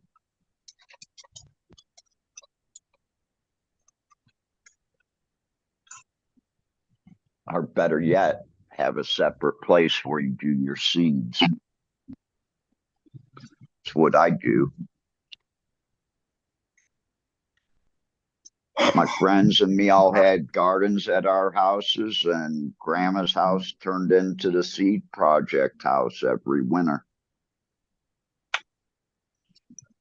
They'd go to Florida for 3.5 months, and that's enough time to veg and flower and make them seeds.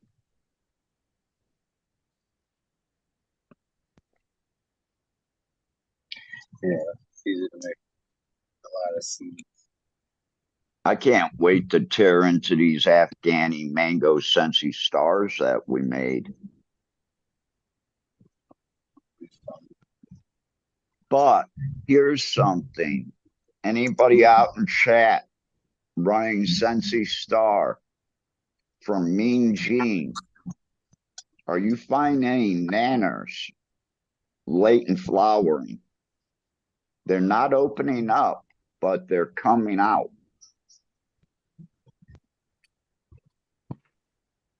And we're finding it later in flowering. It's been so long since I ran the original Sensi Star. I can't remember if the plant did that on occasions or not, especially when it gets cold. And it only seems to happen when it gets cold. Sensi Star is awesome.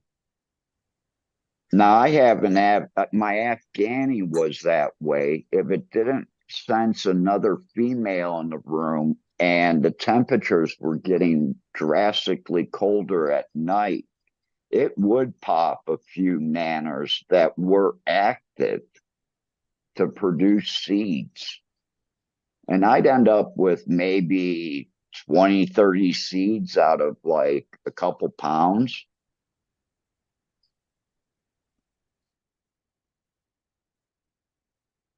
But that was just something that plant did when it got colder. But goddamn, that flower from when that bud got colder was so much better than a summer run or a hotter temperature run. That's why I usually don't do anything except seeds during the summertime. And then it got to the point where my friends were good enough growers. I didn't need to have a garden going. I just kept feeding them with good brand new clones all the time. Shit that they remember and they're like, yeah, I want to smoke that again. Well, here you go. How many you want? Because when you don't take people into your basement and you don't show your fucking gardens on YouTube and shit, you can say that you have 5 plants when you have 500. Oh, is that another reason why you never see a garden? But I am building a garden for you all to watch, and you'll be able to watch it almost 24 hours a day. We're actually going to have a website, and the grow is actually going to be up on the website live. We're not doing any flowering. It's all vegetative growth. So sorry about your luck. I'm not paying no fucking $3 million for a grow license in Ohio. And they've already said that the recreational market can be supplied by the facilities that are already growing now. Well, we know that already didn't work for Michigan, but they're going to try it in Ohio. So what they're going to do is they're going to give these original companies that bought into it, they're going to allow them to double their canopy again. So there are two companies out there that are going to hold over 50% of the canopy room in Ohio.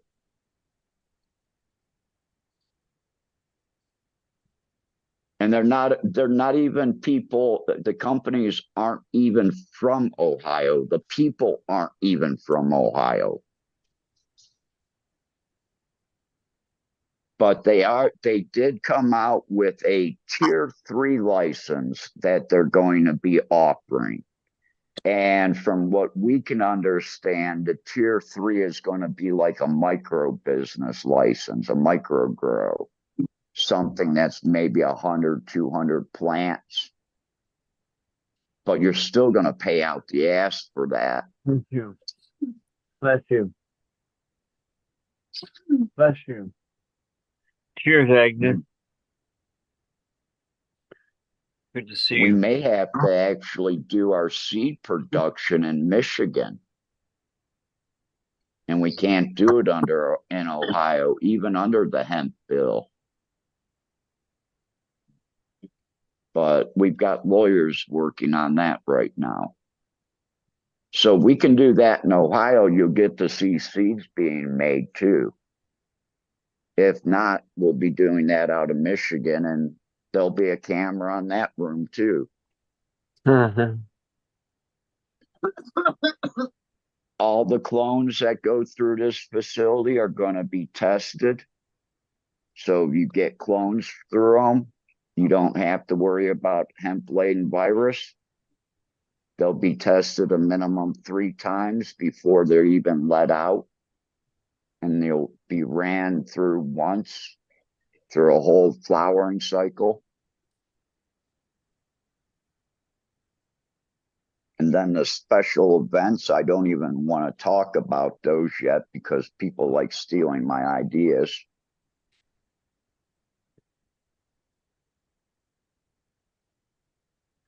But yeah, this is we're either going to like really make a name for ourselves, or we're really going to be a pain in the ass for the state of Ohio to fight. Because it's nice when you pick your partners and one's an accountant, the other one's a doctor, and the other one's a lawyer. And then you throw stupid ass me in there for the fourth. So yeah, our legal fees are covered. We don't have to worry about any of that. We don't have to worry about like accounting.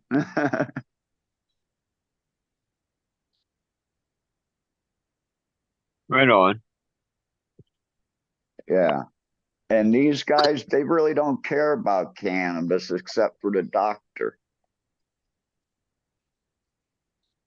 The doctor actually is hiring me to come in and teach them.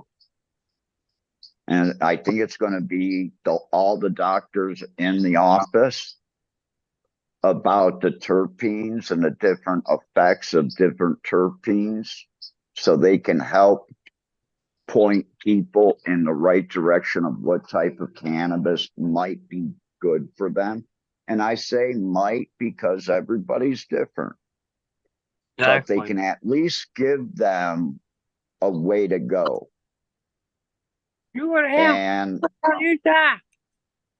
since I have to stay back for an extended period of time, I think I'm going to be offering this to a lot of the other doctors too.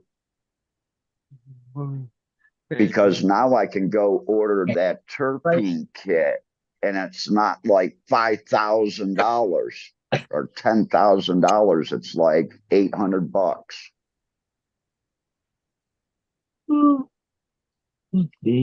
Because to tell you the truth, I don't know what all the terpenes smell like. I can't smell them all. I can sure to hell taste the fuck out of lemon though, and citrus.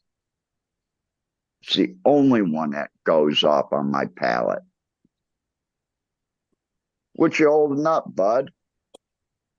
You're muted. A buffalo.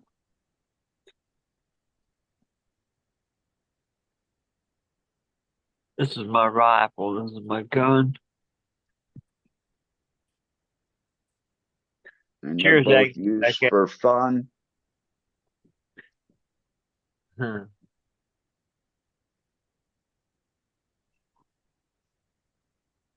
Cheers, everybody in chat. Hope everybody's having a great night.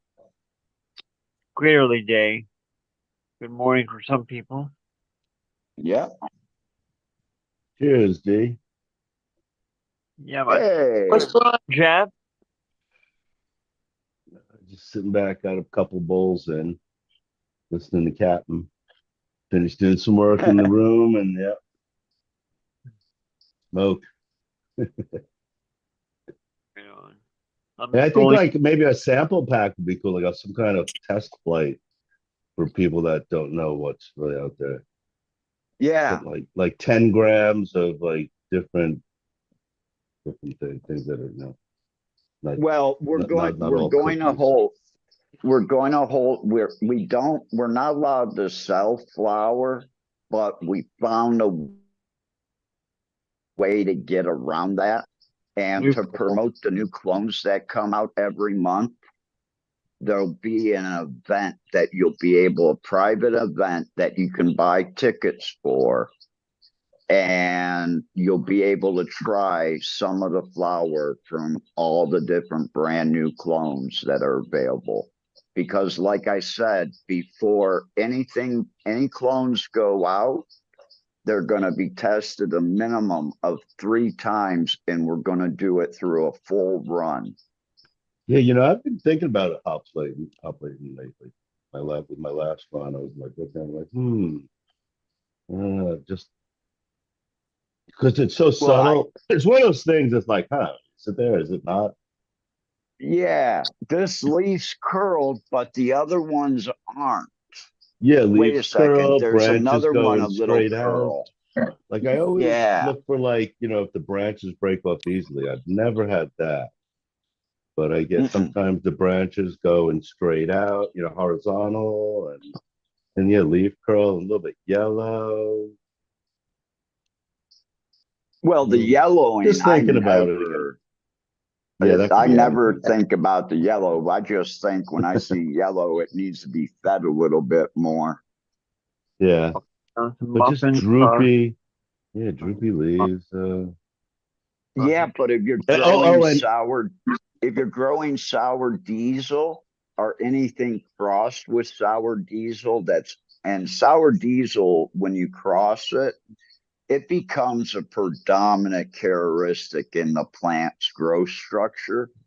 You will get a claw-like leaf.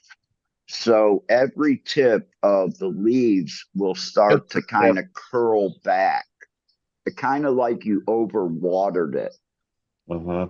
So that is one plant that has that characteristic, because I had to take a look at a garden the other day, and I told the guy, hey, you're overwatering. Yeah, these were like because all of this. Yeah, they're all drooping. You're overwatering. And another characteristic that once in a while I'm like, I see it and I'm like, is that is like when the edges of the leaves are like ruffled almost, like some kind of ruffles on a fancy shirt or something, just the edge of the leaf. Like the edge is too long for the rest of the leaf or something. I look at that, I'm like, is that? I've never done testing though. Well, that's one thing that we're building this company on, is testing. Yeah. Everything that we get is already tested, or we're going to test it and run it out a complete run and test it 3 times before it even hits the market. Thank you. So they pushed an opening date up from November 1st to September 1st for the store. If I had 1,000 clones a weekend, I'd sell out in Ohio right now at 20, 25 bucks a pop. I could be making 20 to 25,000 a week right now.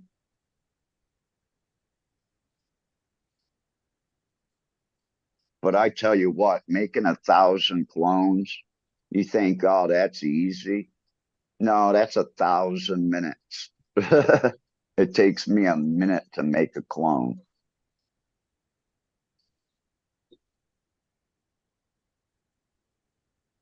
By the time I go through all my processes and put it into the 72 count tray.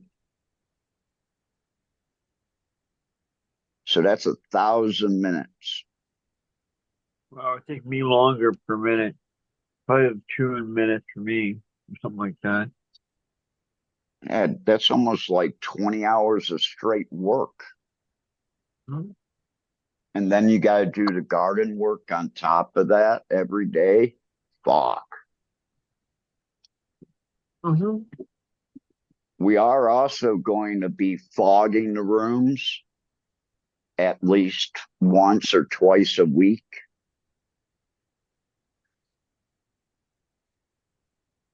I've decided that the best way is just to fog the whole room instead of using like a backpack sprayer or anything. Just atomize everything. And it's also been suggested I do it that way by someone else that runs a large clone facility in California.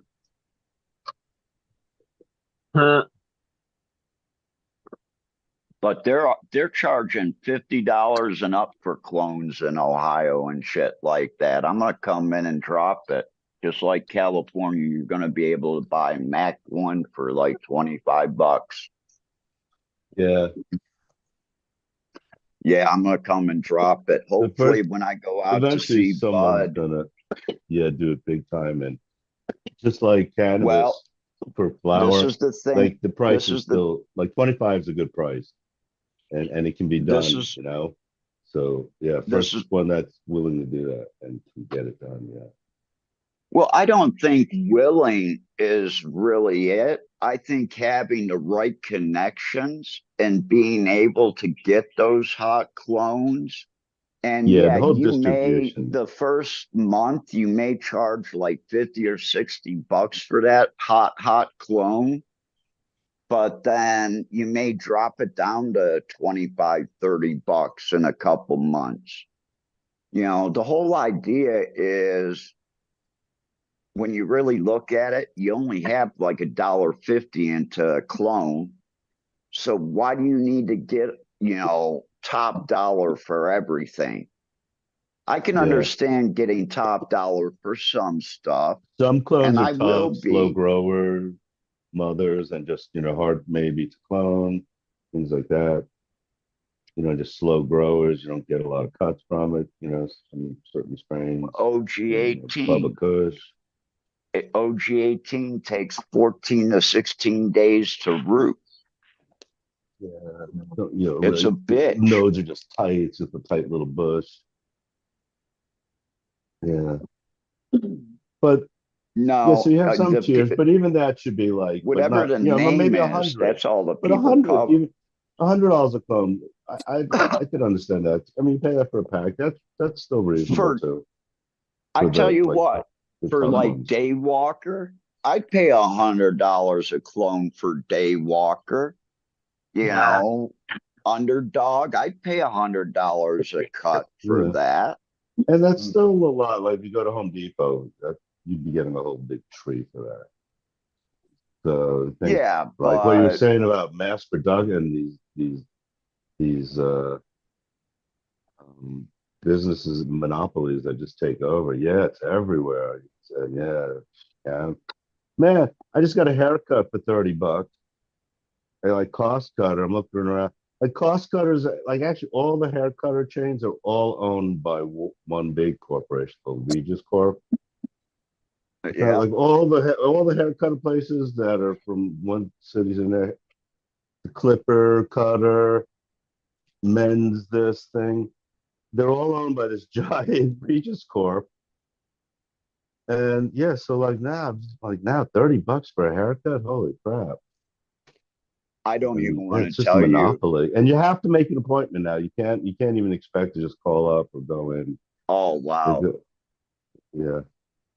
Now, when I go to get my hair cut where my dad does, and he's been going to the same person basically for like 30 some 40 years now. And when I go there, it's like $40, $35 for a haircut. If I go here in town, it's $120. It's less than $4 for a haircut. When I go to Phnom Penh, I go to a beauty school or hair salon school where they teach people how to cut hair. And they've got some really good people there. And that's $10 for a haircut. The good old days.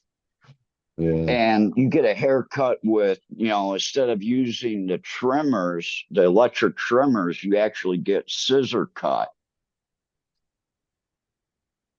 And believe me, if you Yeah. have your hair cut and you have Westerners' hair here in Asia, they want to use those trimmers.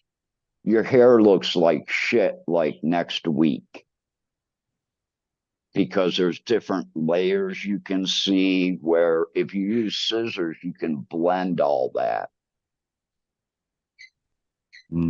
Yeah. One guy used a straight edge razor. He would hold it out like taut and just like chop at it with this straight edge razor. I was like, okay, I'll try it. Huh. It was That okay. It came sounds a out bit okay, but it dangerous. seemed like Mute it. the edges were or the ends were like more frizzed or something like. Jagged. So I was thinking, yeah, Oh, and it wasn't as easy on the head, but that's what she said. yeah, definitely. But And don't $30 forget, though was a lot. It's like $5 more every time I get a haircut, and I don't go that often. Part of it, but $30 is about my where it's like, oh man, I don't know if I want to above 30. That'll be like, um, And I that's don't the know. I'm looking thing, for private, if and I it's want just to all go, chain. if I I want was to wondering go how much where the person actually gets. Like probably my just 10 dad bucks. gets his hair cut, I can't just walk in there and expect him to cut my hair. I got to wait for an appointment. I'm not that type of a person to make an appointment for my hair. It's something that, okay, let's get it cut and move on. Yeah, I should be in and out of there within 20 minutes. It's not but that hard. these corporations, yeah, you don't even realize it. Yeah, and the veterinary clinics. It's the Mars Corporation owns a lot of them and buying Yeah. them up. And then the actual workers don't get much. Like I was saying, like these people in the salon, they don't look like they're making big bucks. They're No, they're like making like he's not $15 an hour and no, that's yeah, it. yeah.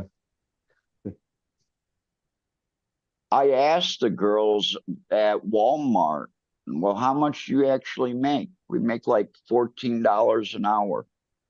Hmm. I said, do you get paid, something for every time you cut someone's hair? Do you get like an extra 50 cents or $1? No, only if we get a tip. Oh, really? It's just an Yeah, hourly rate? an hourly rate. Oh, I should have asked them. Got a tip I guess for I you. could ask them that without getting too personal. Hey, honey, Yeah, I got a because tip for you. Oh, you know, if they're only making hourly, then yeah, give them a buck or $2 tip. But not if you're charging 30 fucking dollars, $35 for a haircut. Now if you're charging like 15 or 18, yeah, it's $18. Here's 20. Keep it. Yeah, that was kind of the thinking. Yeah, now starting. So now, yeah, we know what the. better come with a big finish for that price. Well, you can get a happy ending here. Oh yeah, happy. That's what I mean. Happy ending, a big finish. There's a place in town you can get manicures done, your hair cut, and a massage and a happy ending for $30. Well, there you go. There you go, Jeff. No, probably no point in needed. Nope. Well, And it's But going to be about an hour and a half. but all these places, there's like Romo's street tacos becoming popular. Like when I first saw them, I was like, oh wow. That's good. that was Now I'm seeing awesome. them all over. I'm like, that's probably like some chain. Well, I seen an ad the other day where there was this company out there and they're trying to mass produce these food trucks out of like trailers, and they're Yeah, doing I a can believe really that. good job. Oh man, don't say. Oh man, And they've you let got it them slip. down to like It's ten a great idea. thousand $600 instead of 60,000. And they've got a double fryer in them. They've got a Oh big man. grill in them. Yeah, the They've company got owns the trucks and stuff. Yeah, you guys go no, here. No, this would be great. And no. then You can buy the trailer for 10.5, 10.6 instead of $60,000 like they used to be. really? Because those have That's to be that's like all a stainless good price. steel on the inside. Yeah, no, it's good. It's still like it, but I'm saying like, once the machine grabs hold of it, Well, I be think like that's Mary what's Maids, and they'll happened be. is they've got this company where most of what they're putting into these trailers is like already pre-fitted. So That's what's it's been like a popping up kit. around here actually is food trucks, Mexican food trucks, taco trucks. Okay, so I just Yeah, mentioned this. I just because said that to my wife tacos are tonight. easy. By the hardware store, there's one in the parking lot. There's one by the parking lot, and there's one by this like farm or whatever land where they do things from Halloween and holiday, Yeah, whatever. out here in Southern California, like some of the best foods at the food trucks, even some of the best chefs, because the overhead of having a place makes it prohibitive for them to make any money. So, yeah, and then there's certain ones that are so popular, and then if you follow their Instagram, they tell you what street because they got to move around, and Mm. it's a These guys thing. don't But move around. They're there every some day. don't, but there's different. But Yeah, some of the some best places. food is at food trucks these days. You got to know which Yeah, one. Not all are created equal. Yeah, you could yeah, buy but something from a vendor for a couple years, and then all of a sudden you get bad food one day. I That saw happened to McDonald's is me expanding. One of Monday. these days, they'll be like so short on like, oh, where can we get money from next? Somebody says in the board, I know McFood trucks. Wow, give them a McFood raise. trucks. Most food Yeah, trucks don't have to get their health department approval and stuff. Most of them operate. I mean, yeah, I think they need some, it's but the overhead of like a brick and mortar. Yeah, they need it. they seem pretty clean. Actually, they try to keep it Seen a few clean and food shows where, yeah, it's like a up and coming chef and whatever. Yeah, super tacos are $3. They're all making money $3. They in all over fish with a food truck, and they ask him about it, and he's like, "Yeah, we'd love to have a actual restaurant and whatnot eventually, but the overhead's just so much. Yeah, it's ridiculous. And sometimes I don't even want to sit down and go through all that. I'm gonna have a That's a portable nice clone day. truck. Bottom line, just like in weed, There you serving go. the good shit, then it Yeah. sells itself. And I realize they have like tacos, they're good for like their best like 5 minutes. Like if you don't have them in 5 minutes. And that's why there's like two Yeah. corn tortillas. I'm thinking the first one's just to soak up like a lot of the liquid, and then that second one's really for like holding it all To together. hold it together. When it comes to taco trucks, taco shop, burritos, whatever, a lot of different places. Yeah, the places that I know that I go back to and all, it's that they use better ingredients. They use better quality. Yeah, it's good. Even the beans, the cheese, The the best salsa, they all everything. make their own Everything. salsa, I'm pretty sure. You know, they Seems that might way. charge $1 more or whatever, but Homemade. a couple of other ones, yeah, they're open 24 and they're convenient, but yeah, they're just serving slop, you know. Yeah. You got to know which Over place. here, most of your tacos, you're not getting ground beef. You're getting like pulled beef.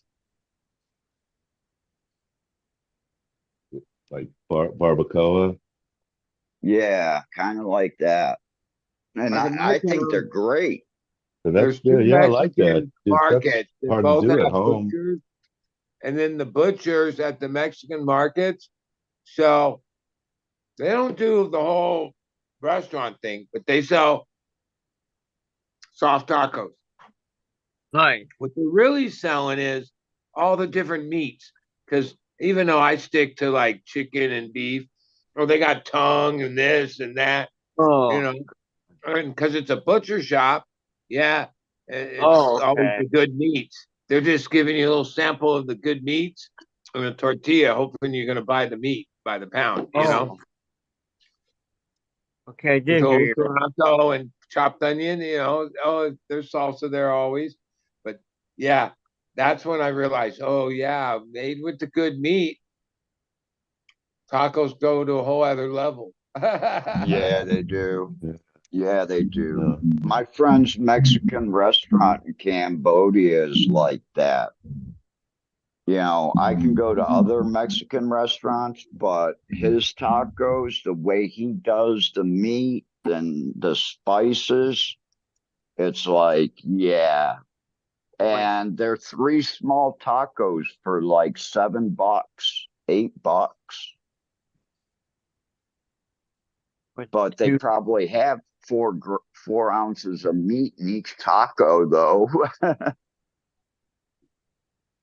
I won't say 4 ounces, probably like 2 ounces of meat in each taco, but that's still a lot of beef in a taco. Yeah, it's not bad. Place Yeah. I go to, I maybe And you these guys aren't Asado big. chicken. They're Pollo only chicken. like 4-inch tacos. normal days they charge 175 to 225, depending what meat. Oh, that's good. Taco Tuesdays, all the tacos, all the different meats are $1. And Nice. because everyone knows it's $1 Taco Tuesdays, it's always busy, and everybody's just going, yeah, give me 6, give me 8, give me this, give me 2 this, give me that, 4 that, because they're I just a got dollar three each. this It's time. a hell of a bargain, like, and it's well Yep. cooked, good meat. Like it's a butcher. It's I'd be there. not I'd really a be there restaurant, every but Tuesday. We got that new taco place down the street from us is awesome. $3 tacos. And they stuff the shit out of the meat. Soft shells or hard shells? $3. I personally like hard shell. It could be ground beef if it's good, or shredded beef, cheese, lettuce, tomato, teeny bit of mild salsa, maybe. That's my Yeah. crunchy. Usually, I like it if it's double fried, meaning someone soft fried the tortilla, put the meat in it, used toothpicks to like make it into a taco, and then cooked it again and let the oil drain out and then eat. Yeah. But those ones are a little oily, probably not that healthy, but they're good that way. Yeah, I can't eat those. Those would kill me. We're getting some feedback. You got some feedback. And then, like, I live in a town, small, mainly. There's a couple of the corporate places, and there's like one Thai place, one regular burger Greek place, one Chinese, one, and then there's like dozens of like good Mexican food. You pick which direction, right? But over the years, I've learned like eating out or just eating in general. Oh, I can't. If I eat too many meals in like a short period of time of Mexican, I'll get burnt out on it, and then I won't like it at all. Won't like want to have it at all for like months. Where if I only just eat it every so often, then okay, because it's like mainly the best food and the cheapest, and I can eat a pizza. Like, so pizza is the one food I can always eat. I love pizza and Mexican. The only problem, I should open a good pizza place in my town because yeah, it's only the corporate ones. Then there's one Italian restaurant, but their pizza's not that good. So like, yeah, like, but I've lived here 20 some 5 years. There's been many of entrepreneur restaurateur guys that gave it a shot. There's just not enough people in the town, and because it's kind of a rural environment, most people eat at home, right? So like, yeah, there's some business, but not enough to like anybody that's going to work as hard to have a good food restaurant, whatever. You might as well have it in Oceanside Vista, where there's more people and make more money. Why have it in the middle of fucking Fallbrook where there's only like nobody? And that's the Joe's Crab reality. Shack out there in Oceanside. Went to Joe's Crab Shack every year for so many years. Yeah, if I, it's only 15, 20 minutes, maybe half hour. I get to all these places. Oh, then there's all the fuck, so many good pizza places, so many good this. But that's 20-minute drive there, 20-minute drive back. Yeah, for food. Yeah, if I'm out and about, I'll always like be like, oh, cool, I'm over here. Let me stop at one of these cool food places. But my little town, which I don't leave that often, yeah. One thing they do here, I don't know if they do it other places. It's the hospitals will have like a restaurant, a cafeteria that serves healthy foods. And like this one is like gourmet and it's not expensive. Pretty reasonable price. Like you can actually try, this guy's like a gourmet chef. So you'll try food you've never even heard of or know what it is, you gotta look it up. And it's not super expensive and it's geared towards being healthy. It's somehow subsidized. And yeah, do they do that anywhere else? And then there's this other hospital too. This is second, but it's not nearly as good. But it's subsidized, healthy, pretty good food though too. Over the years, it's weird. My mom lived in Vancouver, so Portland area. So I've been up there a bunch, Fumi's area, and then the Bay Area, Oakland, San Francisco, Marin. Spent a lot of time up there, in LA, and then San Diego. Even though we're like a super affluent place, San Diego, we have weak food. We're weak on the food side. Like, oh no, we have a lot of corporate restaurants and Come to the East Coast, bro. We don't have like a lot of like, oh, good old fashioned type restaurants. I'll get you some good Italian food. I'll get you some good I'll get you good whatever. I've been to I've been to and I've been to New York. I've been to like so many cities that have such killer food culture. Love it. You go to this place, you go to that place. Every place is so fucking good. Yeah, I spent most of my life living in a place. Yeah, no, we don't have good food here. We don't. My one friend, I'm not the guy that has that kind of money or it's that important to me, but him and a few friends, 3 or 4, every year they fly and meet at some Michelin whatever star restaurant. Sometimes they've had that reservation. The one a few years ago, the reservation was a year and a half. That's the how long you had to wait, and it was in forget what country. Very small, but it was Michelin, whatever star. Super expensive. They splurge on themselves. It's like they're foodies. They're really into it, right? Uh, he's always told me about the different meals. They there's none of that shit in San Diego. You got to go somewhere else to get the Michelin star shit. There's only a few of those restaurants that I think it's 3-star. I don't know how it's rated, but there's it's not easy to get the top Michelin star. Like you got to really be putting out something good. There's quite a few Michelin restaurants in Bangkok, actually. Yeah, I mean they're there anywhere there's money. We have one. We have one in Chiang Rai, actually. Yeah, and there's the For different what? levels of Michelin, but yeah. Is it for sushi? Well, sushi, No. that's a whole other level. No. Like Two I'm not and three a sushi stars are person, but really a mean few something. people I associate with are really into that. And no, they go to the regular sushi place, they'll eat that, but sometimes they splurge and go to wherever and eat the fucking super expensive sushi.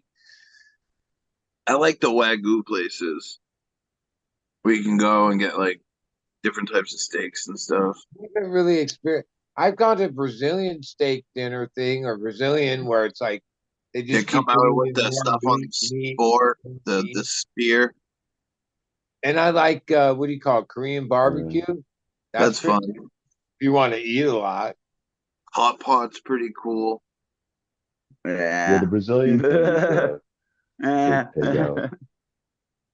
I did the Well, Brazilian I'm not one. a big fan of like steakhouse. Yeah, that was pretty both. impressive because they just kept bringing out so many different meats and they were all pretty good. Even like they had different names for the cuts or whatever, but that was pretty good. Yeah, that's a challenge. Thing Like is, Michelin, it, you can get through a Michelin meal I pretty get the easily, price or that they yeah, charge for that they're meal, small. Yep, okay, because they bring little you a lot of bits. food. I'm not the big eater.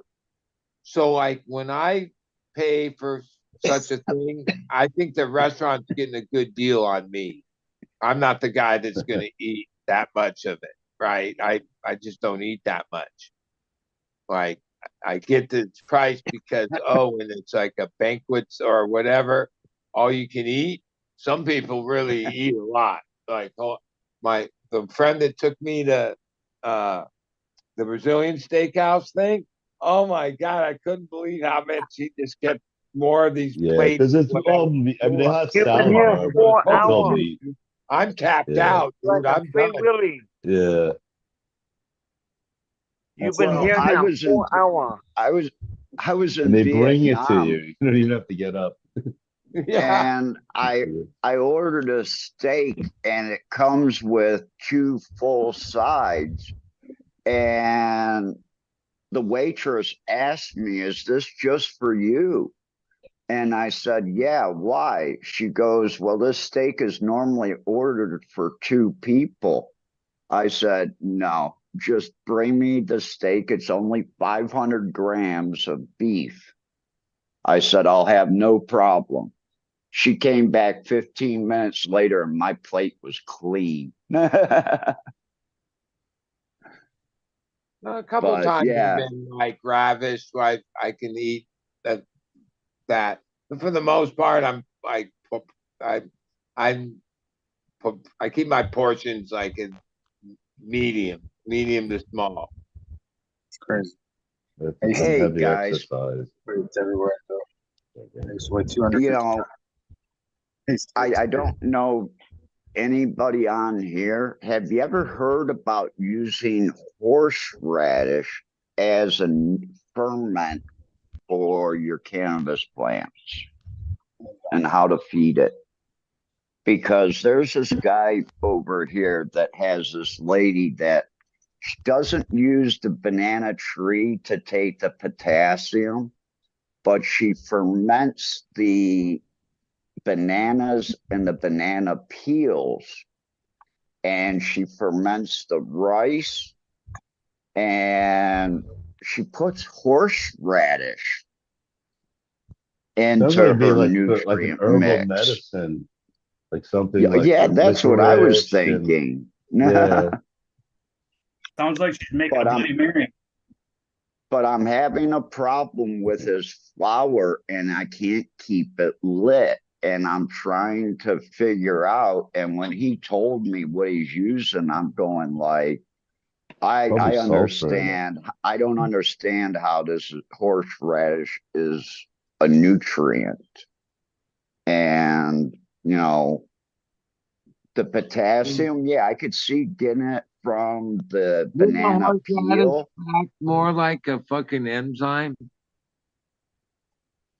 Well, you're fermenting it, so you're making enzymes. Yeah, okay. Yeah.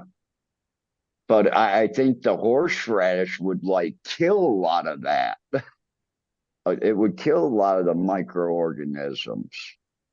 Well, I was But thinking, that's, considering we've I tried don't like know. almost everything as a bug spray, especially like to fight mites and like, because I know we used to use this product that was just super concentrated cinnamon, so concentrated cinnamon that the overspray would like burn your skin. Um, uh, yeah, like what I wonder what horseradish would do to bugs, like as a Yeah. spray, like horseradish juice. I'm And not the trying thing it, but okay. is you can't buy horseradish sauce in Thailand. And now I'm getting ready to come home for a stretch, and I found somebody that actually grows their own horseradish 3.5, 4 hours away from me. So I don't need to have it shipped in anymore. And Yeah, the never Thai liked person actually horseradish. asked me, how do I make the sauce? And I told him, I said, you get some chili sauce, you get some ketchup, and you get that fresh ground horseradish, and you just mix it that way. So I think I'm turning on some people to a new type of sauce here in Thailand. Because when you go to these shrimp places, you get a green shrimp sauce or a chili sauce. You don't get horseradish. It says horseradish is a brassica, Right the on. brassica family, like garlic and mustard, broccoli, Okay. cabbage. Maybe not garlic. But garlic has sulfur too. I tell you what, that flour didn't look all that great. That one out of the plastic baggie that I showed you, but it puts on a pretty good high. Nice stony high. Yeah, that flight of like 1 gram of different kind of that'd be. I'd like to try that too. That'd be good thing. A good flight. Well, we were That'd be the thinking way to about do it. we were It's so thinking hard to narrow about down what flight to releasing do. we were thinking about releasing between 12 and 20 strains a month. And for your ticket price, you would end up getting 1 gram of each to try before you bought the clone. And you could buy the clone right there. It sounds good. Oh, yeah. Yeah, we're on the right track. Yeah, You know, that's but the way to go. $100 gets you and your wife in to an event, and then you get between Yeah, 12 and 20 grams of weed for free. so that's how DGC does it. Yeah, so they're having their event in June this year. They're not having it on 420 time because I guess they go in like the better weather. But yeah, Yeah, it's $125 this year. So yeah, they've gone up to uh, yeah, you know, but what do they it give was you? like 100 last year. Well, it's Well, as much yeah, as you want. Basically, as There much as you you can go. smoke. You go up to like tables of jars of weed Hi. and just say, yeah, let me try that one. You just have a little one hitter. Hi. Sometimes you find somebody that'll let this shit's you got 11 on it. have a little a bud that you can put in your pipe or something. But technically, yeah, little one hitters. But just as No, many as you man, you want. gotta give me a joint. You just stand there and do one after another. Yeah, I would. Yes, They're like 10 I maybe. if it's somebody I knew me, yeah, I could go for my bowl and just put a bowl or put in my bowl. I mean, it's basically the same thing, and you're gonna smoke as much as you can smoke. There's always extra weed. Some jars get emptied, but there's always yeah. So that's what you get. It's fun. It's cool. It's definitely good. It's a good time. But yeah, they're able to keep staying up with inflation. Uh, I don't know what I'll do this year. Yeah. But Hey, it's on I a look at it, private farm. It's a private event. They get a I big look at it giant this circus way. tent usually. So You know, they needed it when last year. when you're struggling to get 800, 1,200 a pound for your weed, and you can throw in an event and basically get $5 a gram for your weed. Yeah, throwing the event is actually worth giving the It's weed not even away their for weed. It's free. just all actually people that enter. So Okay, and actually well, you pay more to enter. Actually, there's like because there are some pretty cool someone's prizes making and bank prestige. off of that So then. that's all. Yeah, They're making bank, man. yeah. Because I worked it out They, and I said, if we sell 200 tickets at $100 a piece, that's $20,000. that's why I like them though too, is because they do real events and uh, And we're going to good. take You the get something. Everybody's happy. $20,000 and we're going to put it back into that event because I've already set it up that the events that's a separate like entity of the company. That's a separate department. That money gets put in a separate bank account and it's run to use for special events, for medical patients, for veterans, whether it be doctors coming out and talking to people, Right. public things Yeah, to educate the public. yeah, We're going to use that money for. yeah. Corporations do that too. So Well, that's why we're like doing it this McDonald's is way big on that, and because in it's good they five do it. years, I want a But corporation to come to me and buy me out in 5 years. yeah, Say, we're tired of competing with you. We the just mom want and to pop buy things you are good out. too, and the small time non-franchise things. So yeah, that's Oh, this good is too. this is starting off mom and pop. I mean, we are taking very little Yeah, money. We're starting this all on a hundred yeah. thousand. I'm not even thinking about that. We're That starting sounds this whole good. thing on $100,000. And that has to get us to the end of the first month of being open. Yeah, but So events are this is cool, done really mom and pop. and smoking events are cool, and having private events. Well, that's basically what we want to things try to where these are offer just is some growers place to and go once a month where you yeah, can hundreds sit of people, down not with thousands. a couple hundred people that smoke pot and have like a social gathering, really, Yeah, because Ohio doesn't have anything like that. kind of like I mean, we're doing it on Zoom now. YouTube, more or less, just not all in the same room. Yeah, That's but it'd be nice like to be able that to bowling hand one of alley you guys atmosphere a you guys were joint. talking about before actually getting together in a place. Yeah. You just got to find some place that can hold like 250, 300 people that'll let you smoke inside of it. Yeah. Growing's great for YouTube and virtual because that's not a communal thing at all. But then the product is getting together and smoking it. Yeah, that's the communal aspect there where you can actually get together in physical real life and yeah. What about that? Having a YouTube show where every week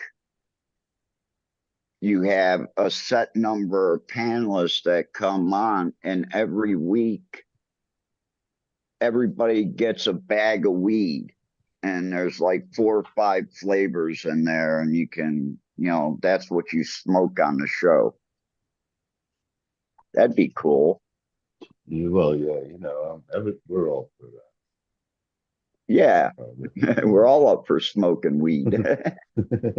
That's why we're here. And hopefully different things like I brought up before that there really hasn't been thing that's new and everyone's talking about that's different. There's a lot of different things that are peanut butter maybe and other things, but I don't know, nothing that's peanut like butter, GMO was a big sauce. one of the last ones. Oh, okay. Barbecue sauce. Yeah. Infused barbecue sauce. Okay. And with a I different didn't know effect exactly too, where you were going there. I'm sorry. Well, I just mean different. Something that's actually more unique too. That's because as you become more connoisseur and just get used to everything, it's harder to find something that stands out as unique, different. But there was like GMO was one that seemed to be one that was like, oh yeah, try this. And it was good. It's also got to be good. And I actually just had some really good Gorilla Glue. Yeah, I like really good the real GG4. Yeah, I really like that flower. I do too. It's I awesome. can smoke that all day long. I enjoy that high. Have a good night. Ooh. Peace. Hey, see But yeah, I like GG4 a lot. Yeah, me too. It's awesome. I like the grease monkey. Super fun. Smoking with the owl. Good one too. I like cannabis. As long as you're not smoking the white owl. Swisher, I'm ghetto like that. White owl. Yeah. White owl. See. White owl is the best. Just It's always good. It's always good cycling through the good ones, the classics. White owl daughters. I got kicked off of a marketplace here in Thailand because people kept on asking me for, like a list of seeds. I love you long time. I posted a whole bunch of pictures, and because I posted all these pictures and I thought they would just go through as like one notification, but with 20 pictures, 20 notifications went off. And I guess people getting 200 and some notifications was just too much for them. because I listed over 200 packs of seeds available here in Thailand. Actually, I really know what it is the guy that runs the page sells copycat genetics at 9,000 baht a pack. And I told him that my packs start at 2,000 baht.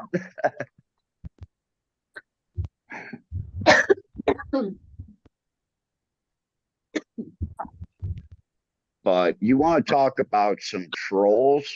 Some of these fucking side groups. Oh my God, these people are fucking trolls. Is that like a side bitch?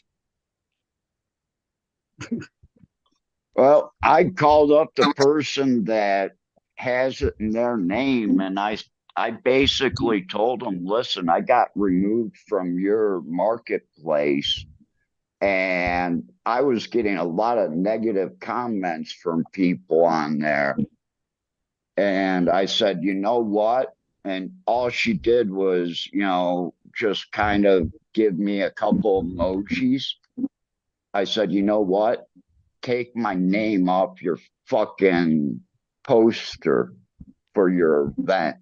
I don't even want to be associated with you now. And it's like, why? You kicked me off your fucking marketplace because I posted 200 pictures of seed packs.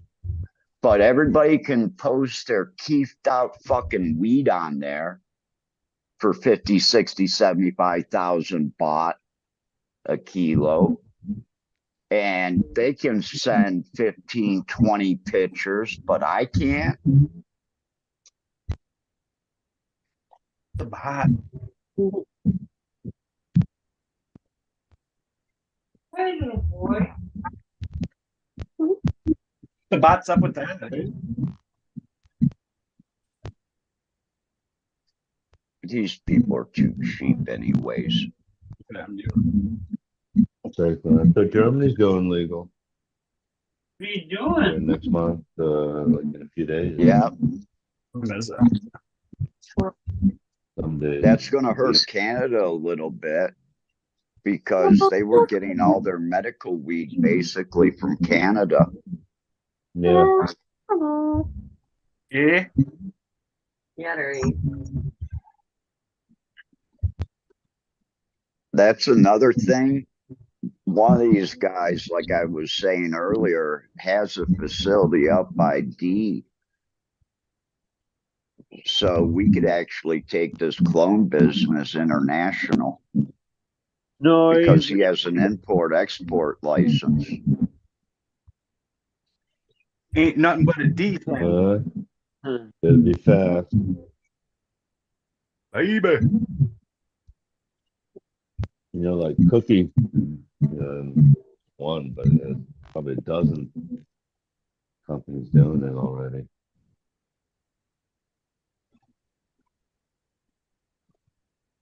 Yeah, well, these new there can be a dozen up, companies out there doing it, but if you do it better.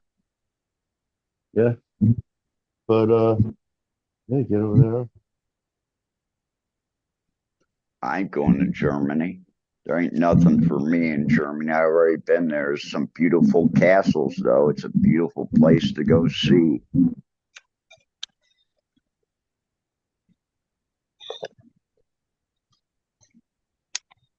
I don't have all these dogs. I'd be on the next flight to Germany right now. Fly me there. I'm ready. Not even Oktoberfest. That doesn't have to be.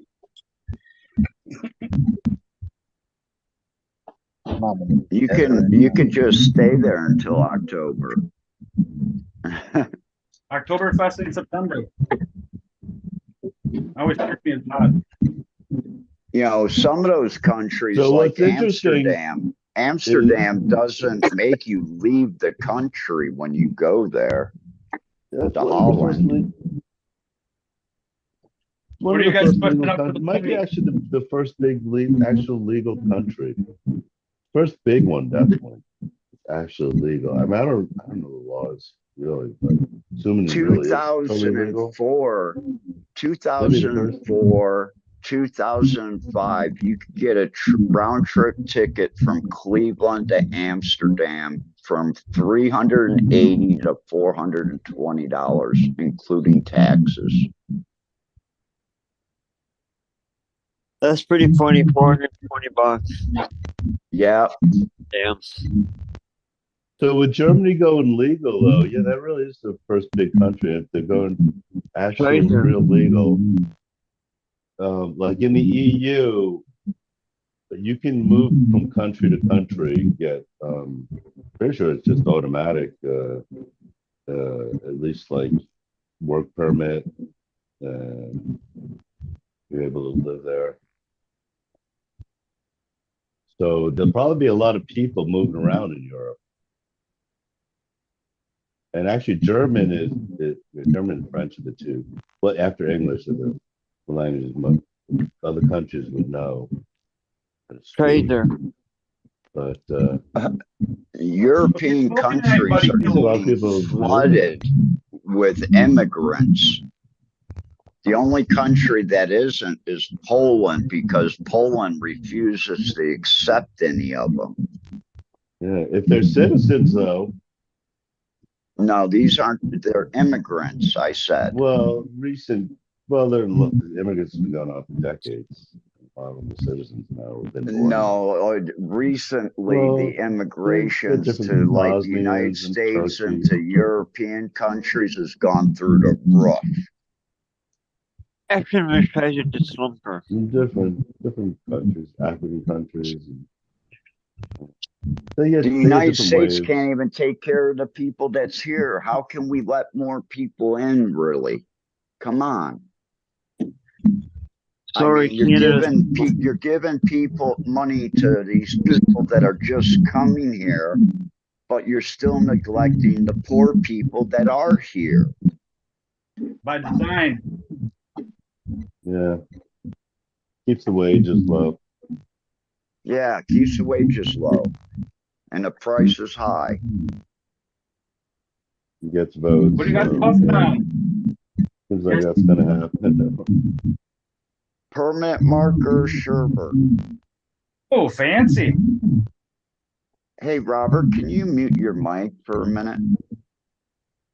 Me? Yeah. Yeah, you can be back, I think. Isn't permanent marker a Sherbert back cross or something like that? It may be. I don't know. This is the first time I actually tried anything with permanent marker in it. I want to try just the permanent marker part. Yeah. But hey, if I had to take it in a cross to try it a little bit. I mean, hey. Yeah, that's how I did it with the apples and bananas. I had to get across or grow across and find one that was leaner, which I did. It was nice, really nice. I got some apple bananas from Wilson, or not with Wilson, but from Masonic. Mr. Wilson. You got all the real shit like Buddy Kilowatt. I've been just growing the straight apples and bananas for probably a year and a half. That's what I have. That's what I'm saying. I ain't got all the I ain't got the space for little process. I think it's from Compound. I ain't a Cali kid. Yeah, that's pretty long. That's a long time. So maybe that one's got some legs. It's a good one. It's like also part of it is there's so many strains. Maybe it's harder to really get around, and the hype train doesn't work like it used to. Few months, my custodies were like, dude, that stuff is killer, but like, I didn't taste apples or bananas, and I was like, yeah, I don't know, dude. Like, and then I found the banana came out. Yeah, it's not like there's any apples and bananas in it. Like, if you're looking for that, don't look for it in apples and bananas. But dank ass funk, oh yeah, yeah, definitely that. But Well, like like that's I one said, of that the was your names. Like I don't know who named it, but It's no, got to be a Pinoy. lineage doesn't say apples and bananas, does it? It's not like Not oh really. It's got like jet fuel gelato and like yeah. So uh, uh, like it was. I think that's burner. Like just put a name. and blue And, color. oh, let's call it that. We can have like a whole branding off of that.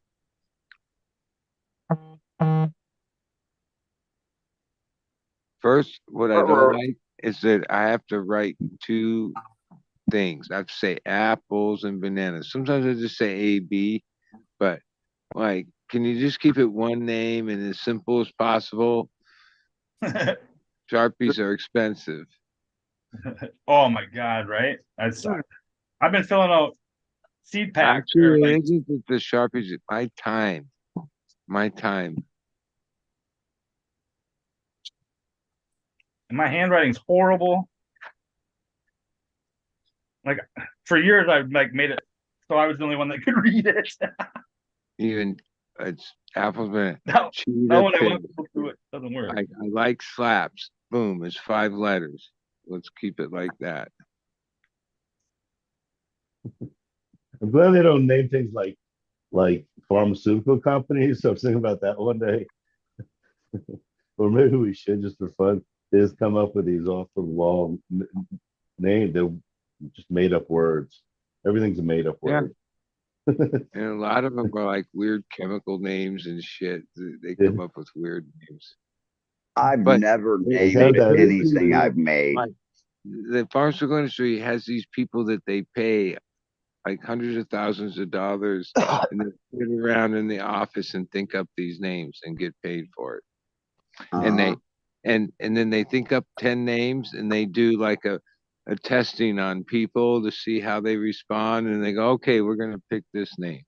Yeah, you do that with weed, like They have do it with an everything. artistic impression. They What did. do They you think did is? it. They did it for all the Australian medical weed. But They now what renamed they say, that's everything. one of the things that for sure IA is going to be like, yeah, you don't need a test sample group of people. Just run it through AI. He'll tell you what the Yep. fuck. Yeah, yeah. He'll tell Come you up with a Well, word exactly that's to not a real like word. more Yeah, an detail, more impressionistic. accurate, bigger. Like, oh, all that stuff costs you money. So like, Mm, oh, 1,000 people, that's not a big trial. You need 100,000 people. That costs money. Oh, AI can do a 2 million person simulation and be more accurate, right? Isn't that the idea? yeah, yeah. well, we did it one time. Smash, I think, brought up the AI, or someone did, and because we brought up, how I've never named any of my strings because I don't know. I just Yeah, don't know what to call it. It's like Afghani times this, and that's it. But we did it with AI, and it came out with like 20 names, and like the first 10 were like all really good names, yeah, and but they ask hadn't it been to like already come up with used. a That was the name whole thing. that's like not real words and in Well, the you do style of it would go down impressionistic into the artists. current internet, and And when it came up with names, it would already maybe give know it the name some to use. descriptions of the weed. Give it some words to describe the weed. Maybe have 10 or like a sample Yeah. panel, 10 or 20 people. Here, Because smoke like I'm this, not and that just say a impressed sentence or with two AI if it about it. can't come up with names that aren't already used. Like if it comes up with names that are already used, then there's a glitch in the fucking Yeah, well, system. you'd say that then. Yeah, Yeah. you can put that in as Because a like if it really key had thing. like computing power of the Names whole that weren't internet, used, brand like new ones. it wouldn't say permanent marker because oh that's already used a string, Yeah, right? yeah, like, and also like something like the pharmaceutical industry does. So not real words, 7 minutes. in style of impressionistic artists, and yeah, 1 or 2 word 7 minute warning. description. Till the giveaway or something? Roll them if you got them. 120. Be a little AI. That's like that's kind of what they'll have, little AI, part AI, part task AIs that are good at one thing. That's like, okay, this one's really good at coming up with abstract names. Yeah, because someone like me, Like that's what they'll now learn, things like that. I can make a strain, but I can't name the fucking thing.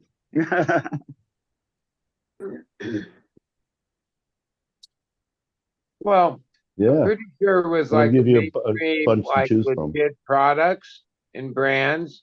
It knows that, like, oh, if you said, "Oh, give me some ideas on soda or cola names," it wouldn't come out and say Pepsi or that.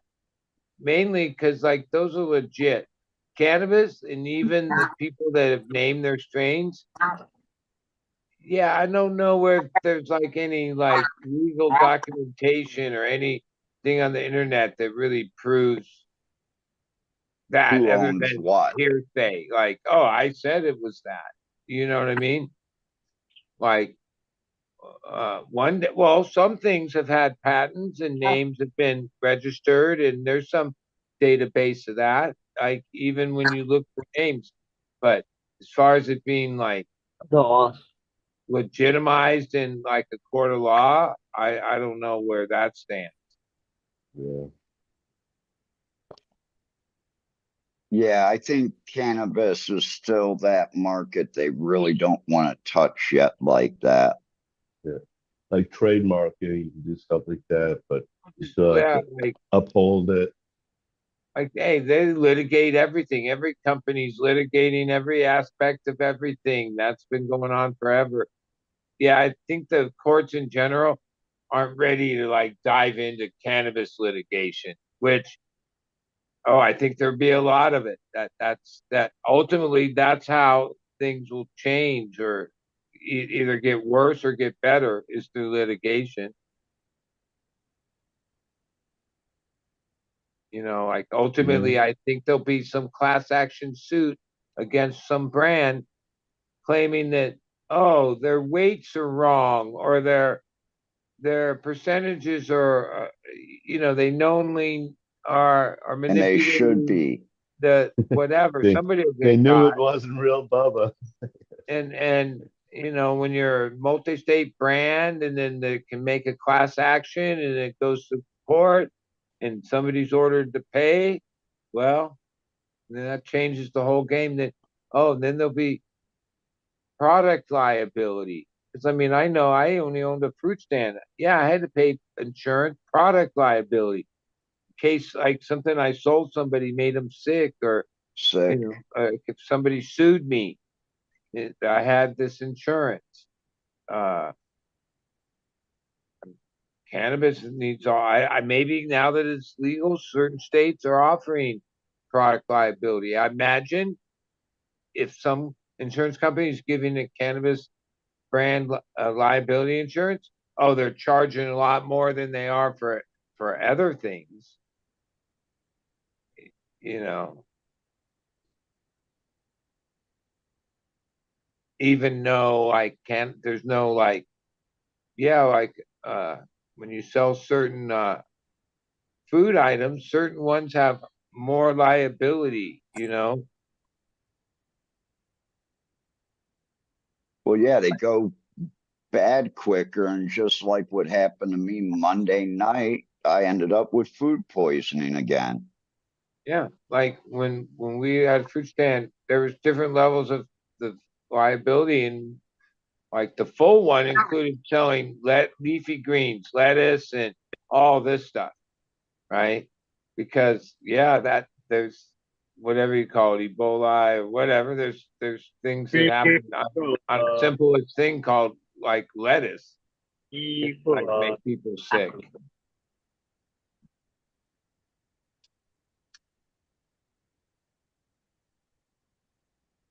I know one Yeah, it of the really. times there was like an issue with strawberries and traced to this area. It came down to the the company didn't provide enough porta Porta potties pots. and the pickers were using porta potties that were contaminated because they were like overused, and then that was on their hands.